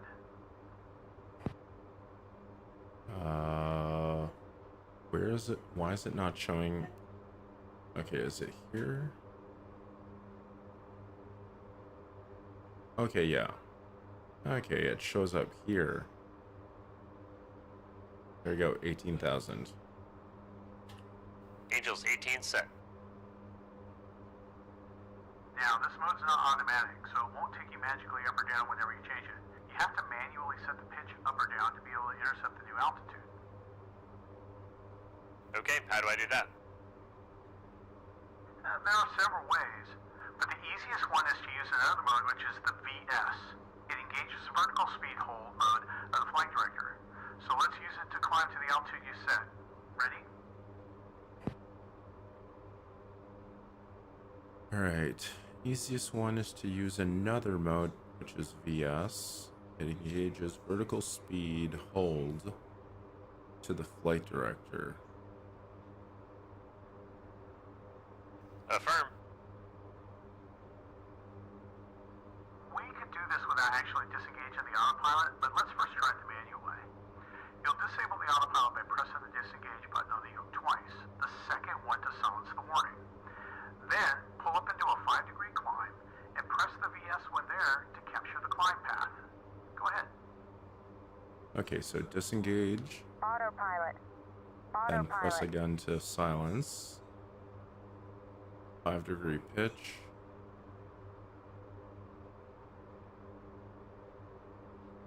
And VS. There. Oh, Enable nice. the autopilot. Oh, enable autopilot, right. Done? The aircraft will warn you 1,000 feet before it reaches the selected altitude.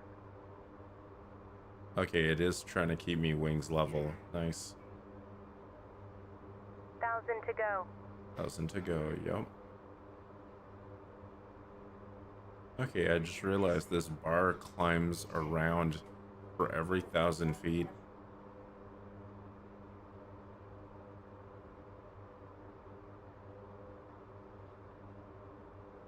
Nice, automatically leveling me. Okay, we're at 18,000 feet. Here it is, altitude hold. Good. As you can see, the change wasn't very smooth. There's a better way to do that without disabling the autopilot. Now set the desired altitude to 17,000 feet.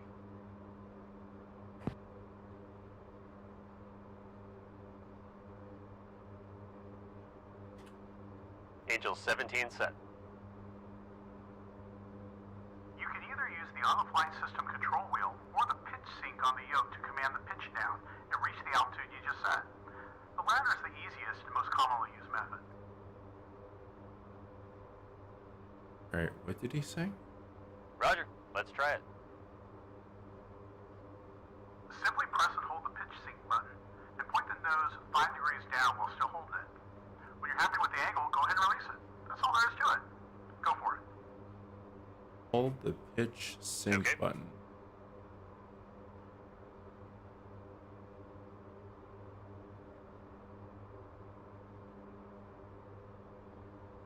Where the hell's their pitch sync?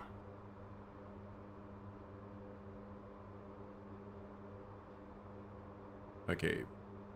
Press and hold pitch sync and point the nose 5 degrees down while still holding it.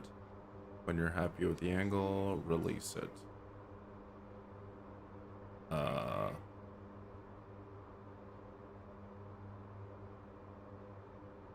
Is that a button on the thing? Nope. Wait, it says pitch. Is there anything here that says that?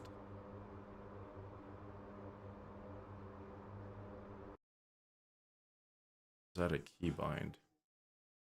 Pitch sync.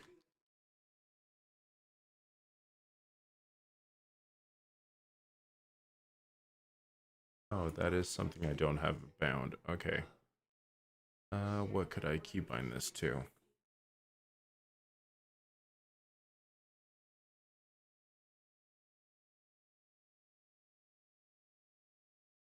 I thought I would have had that keybound. Okay, yeah. That should be fine.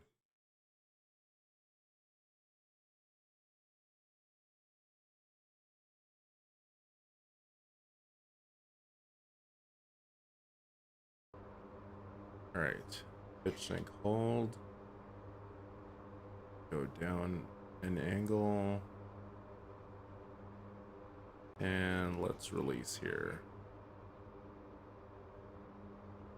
Okay, it's keeping it there. Nice.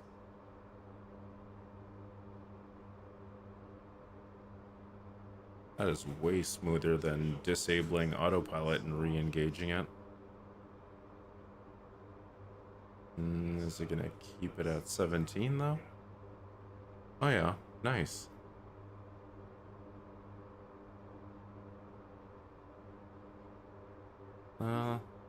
Little bouncier than earlier though.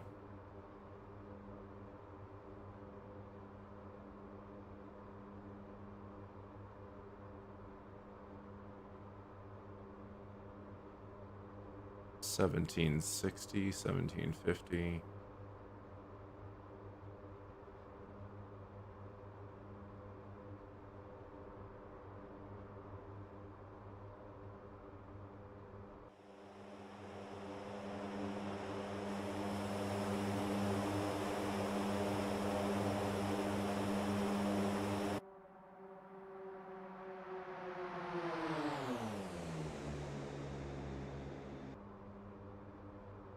Cool.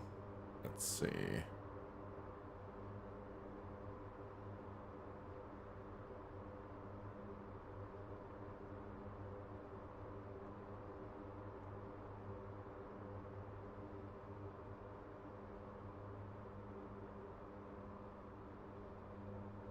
I have keybinds literally just to move around in this thing. All right. Oops. Operate. Semi-auto. Program 1 to 4. RWR handoff. RWR altitude. Target separation. Alright, now my RWR is here. Let's see. Oh yeah, I need to dispense keybind.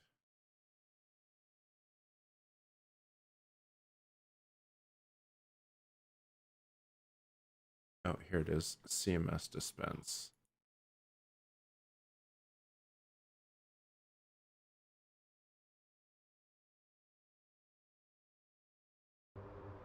All right, let's see it.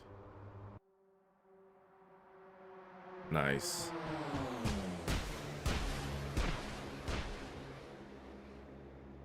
Oh yeah. Where's my chaff and flare counter? I don't think I have it on here. Do I? Nope.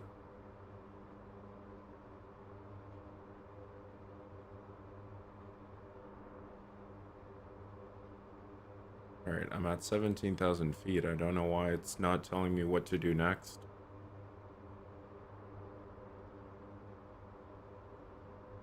Alright, I'm on course line.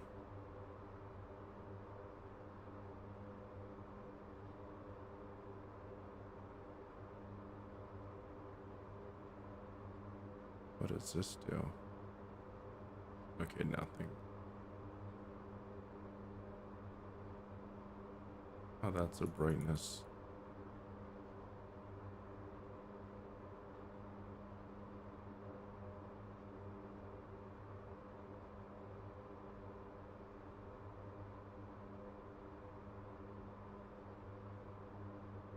Okay, I just realized I have my course line here as well. Nice. Is that actually weather, or is that... Or is that mountains? Is this terrain?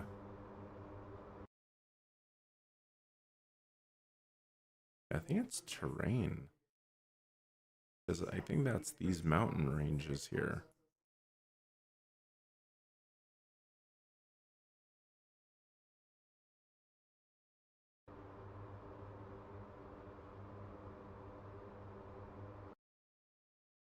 Yeah. I think it's mountain ranges.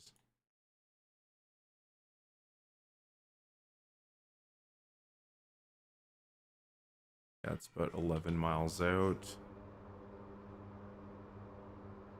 Yeah, that's 16. 24.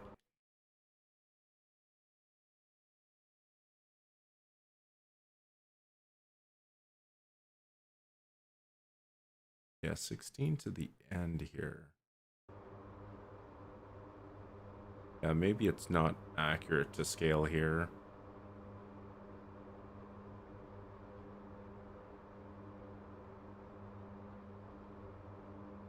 Alright, I've already done this, so I don't know why it's telling me... I don't know why that's still coming up.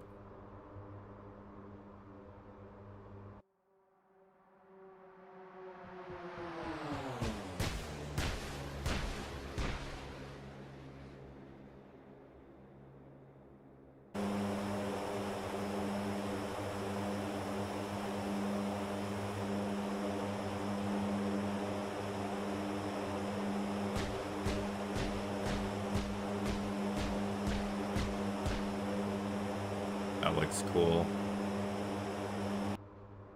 That was nice.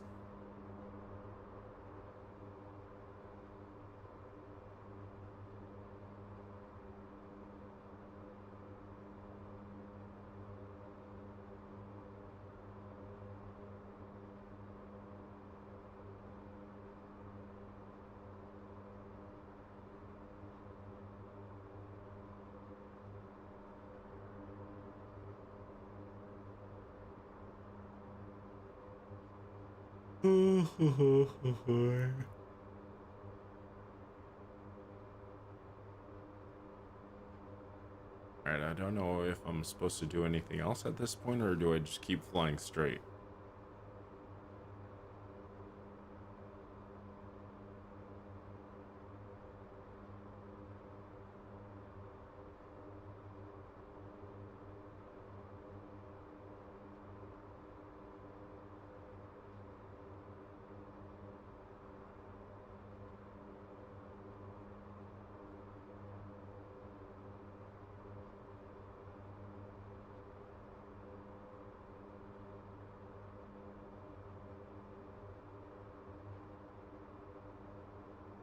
Well, I just saw on my Discord that they're apparently making this into an air refueler, so jets will be able to refuel off this.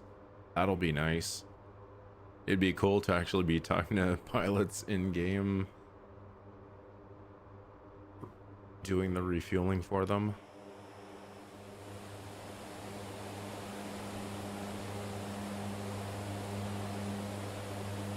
Oh yeah, there are the drogues there.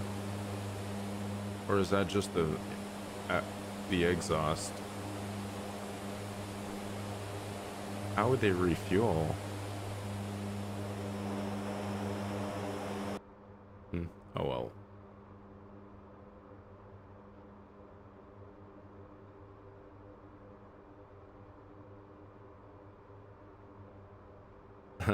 Yeah, a guy on my Discord's like, yeah, I wouldn't mind doing this for a day. I wouldn't mind that either, once in a while. Definitely not every weekend, but like once in a while. Just fly around in fucking circuits. Do refueling for people.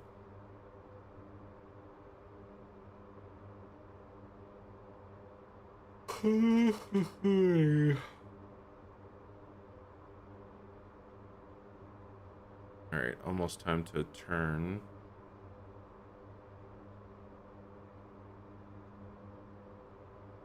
Oh no, there's the waypoint.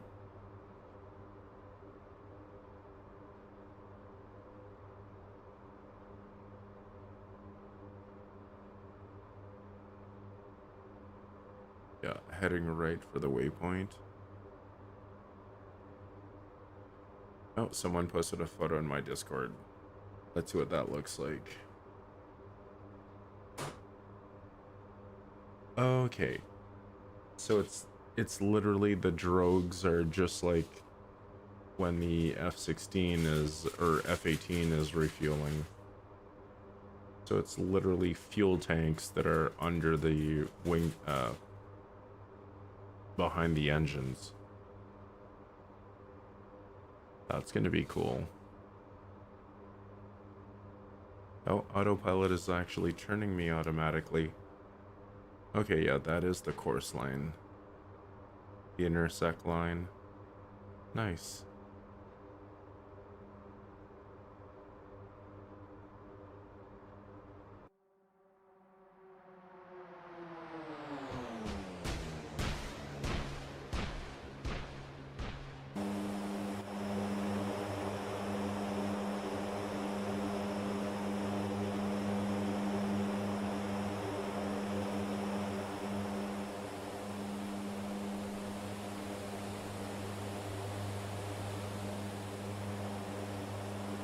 Okay, now I see it.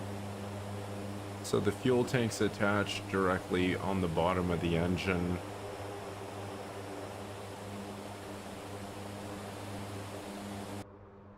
Yeah, that would be pretty cool.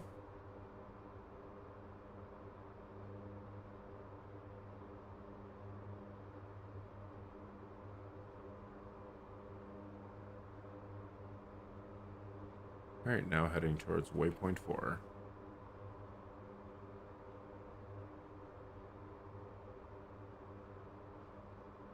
I like that. It friggin' keeps your banking angle on the autopilot. This is pretty sweet. Is that wind direction? Looks like 13 knots this way.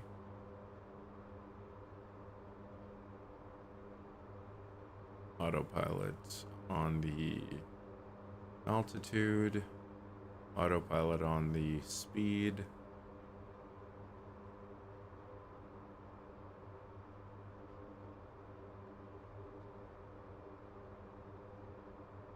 I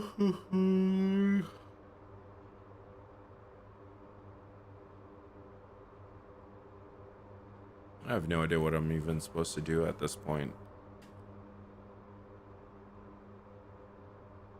It's still giving me these instructions from earlier. Wait.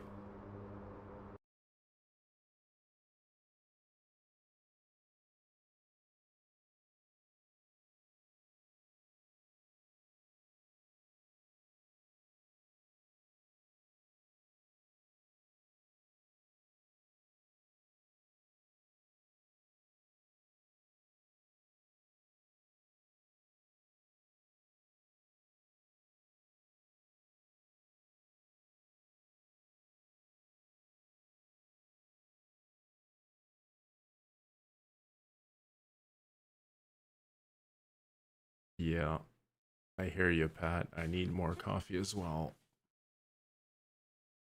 About to grab a rock star out of my fridge.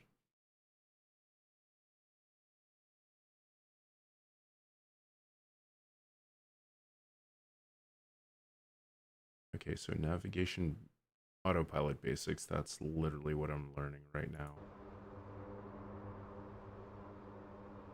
I don't know if I have to do anything else here.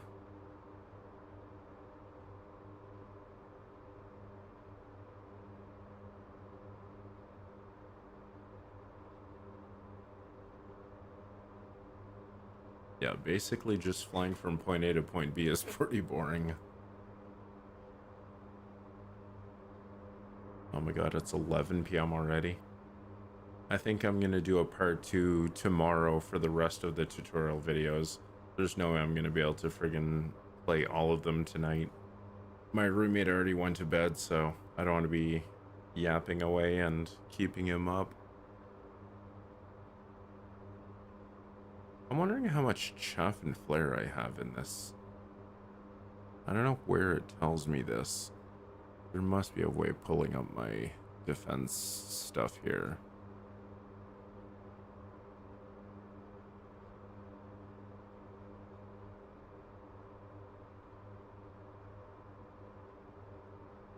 What's ACOS? Nope. System status.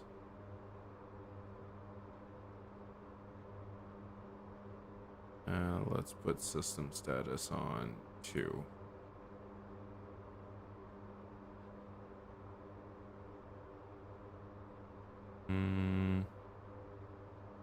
A lot of fuel anyway.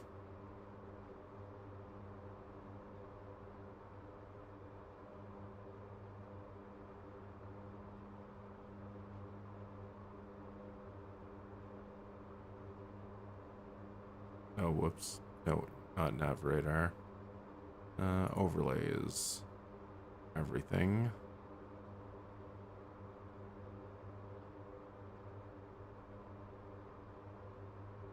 Range, let's go 20 miles. Okay, full range of 20 miles. Okay. 40 miles. Yeah, 40 miles seems right. Let's go offset. There we go. That way I have a full 40 miles ahead of me. Let's go. Yeah, magnetic heading.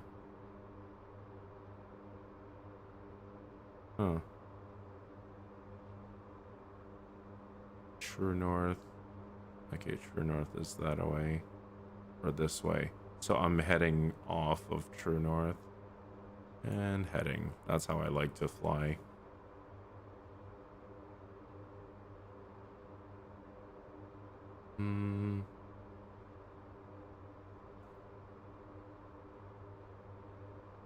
Yeah, I have no idea what fucking...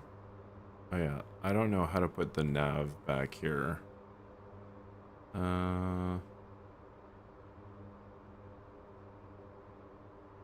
It's not nav radar. What was it that I had here?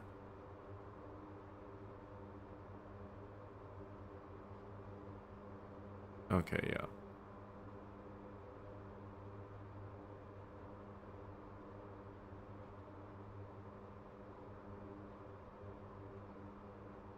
There we go. That's what I want.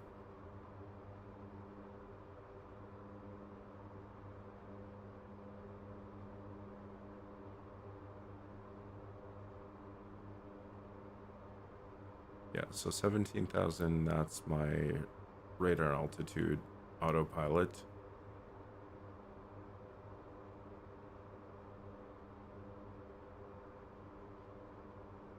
Yeah, I'm not sure what the hell's going on.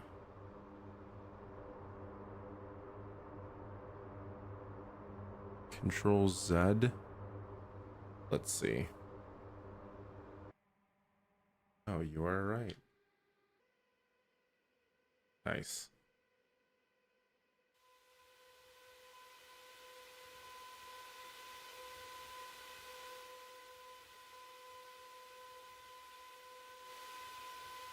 I never knew this.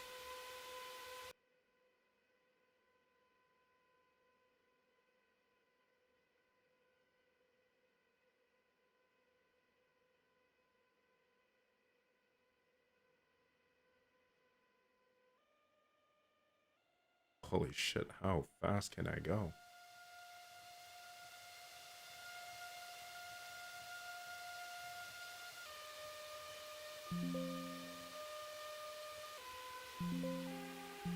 Jesus.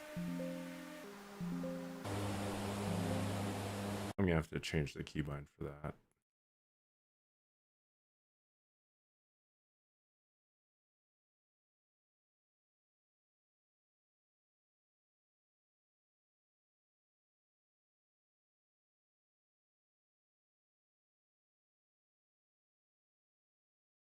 Oh, I could just do Shift Z. That would be easier.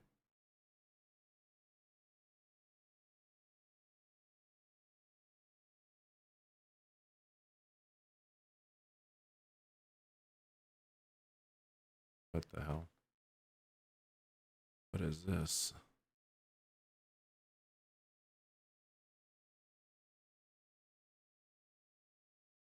Selecting unit profile. Well, damn. I don't think I can exit that. Nope.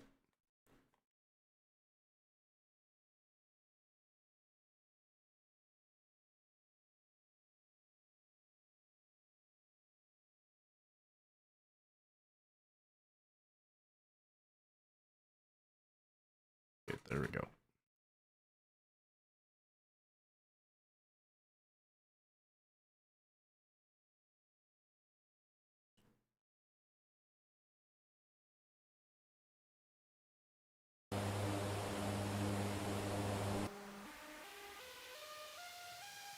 Nice. And then just Shift Z for back to normal.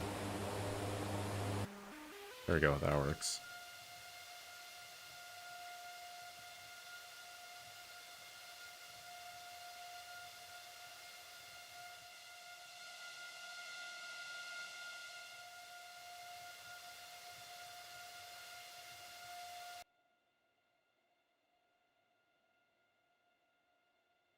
Oh, there we go.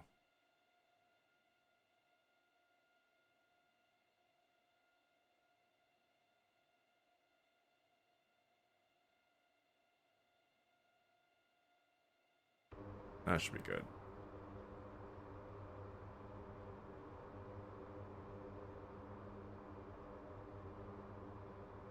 I wish I had a counter for my countermeasures. I don't know where the hell that would be.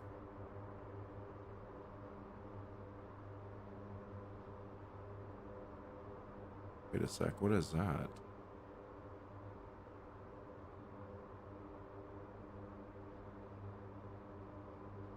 Cursor control.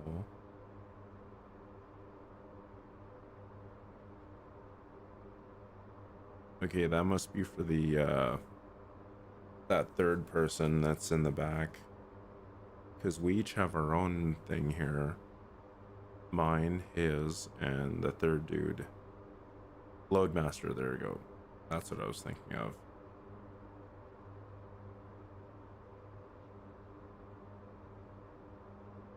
Alright, let's see what program 5 does.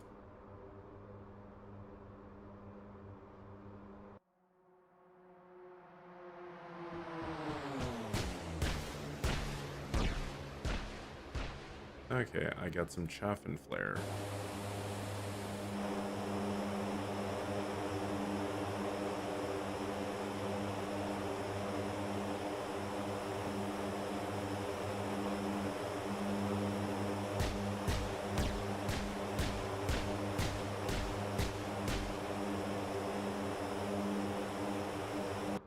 Ooh, I like that.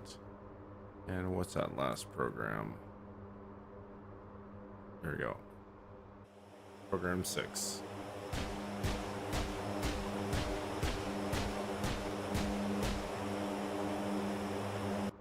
Looks the same to me, actually.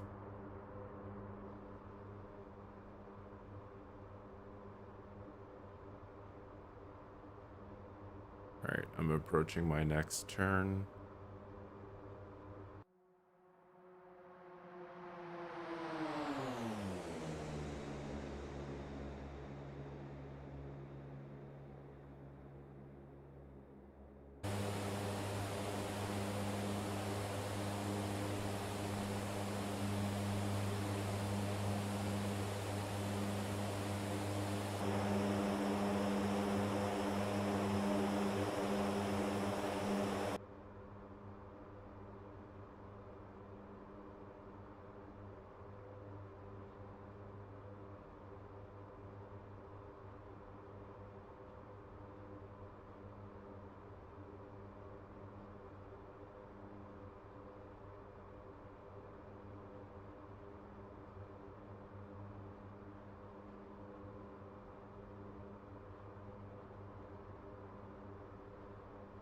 Alright, let's play around with this thing. Navigator.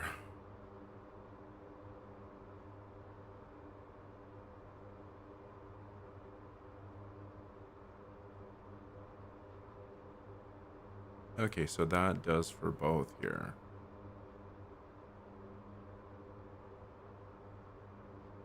TAWS, I believe, is terrain awareness. Okay, it's the same thing as earlier. Okay, digital map, right. Digital map, waypoint 2. That's what I wanted. How do I change the scale for this, though?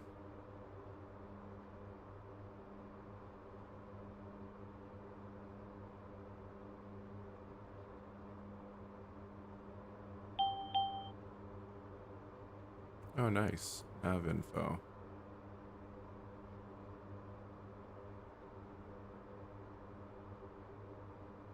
Okay, yeah, waypoint 4. Okay, I'm probably gonna have to land. Wait, no, I don't think that's an airport here.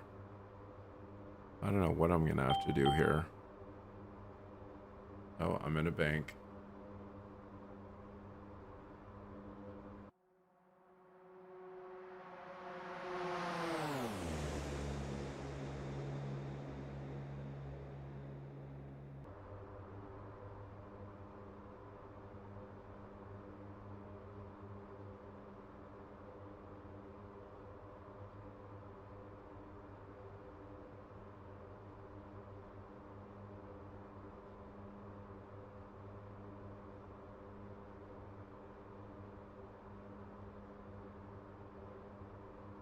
I think that shows you every airport in the area.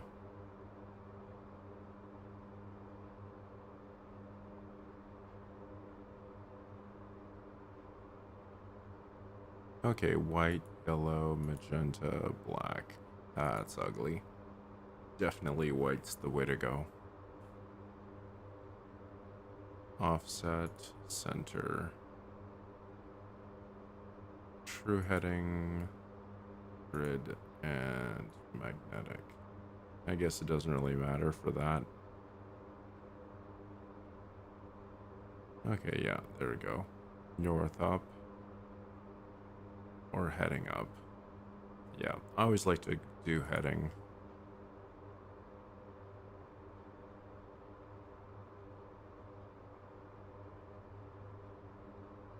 What's caps?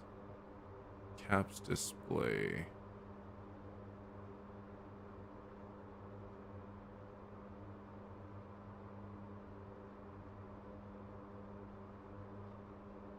Weird. No clue what this does.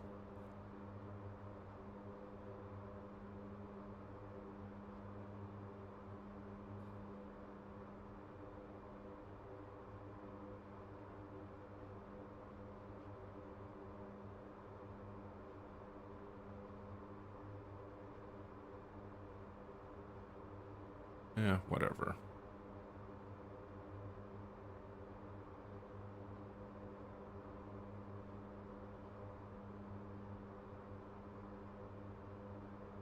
Alright, looks like I'm arriving at my last waypoint soon. Yeah, there's an airport right there.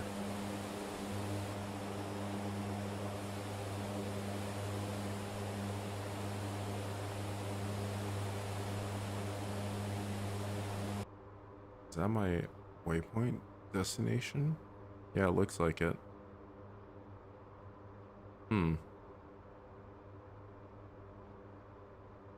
Well, I'm about to find out what goes on next.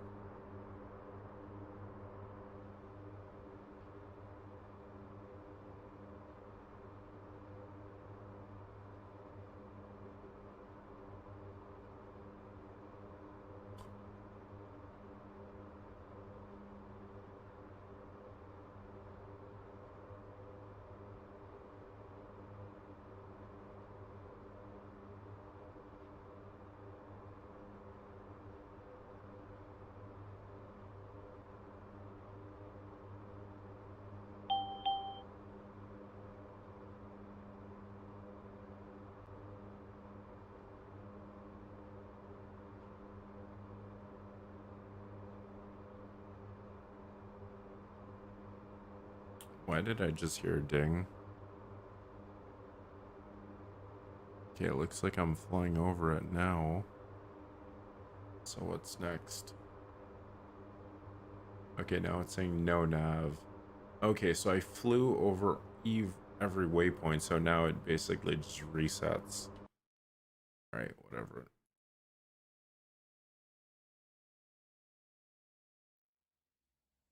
So yeah, I did 1 to 6, and now there's 5 more. Yeah, I'm gonna do these tomorrow morning. So I appreciate the views, but I need to play something else. This is gonna bore the fuck out of me if I do it all in one go, so I shall see you boys tomorrow. I need to go kill something. Yeah, probably play some single player Tarkov. Have a good night, guys.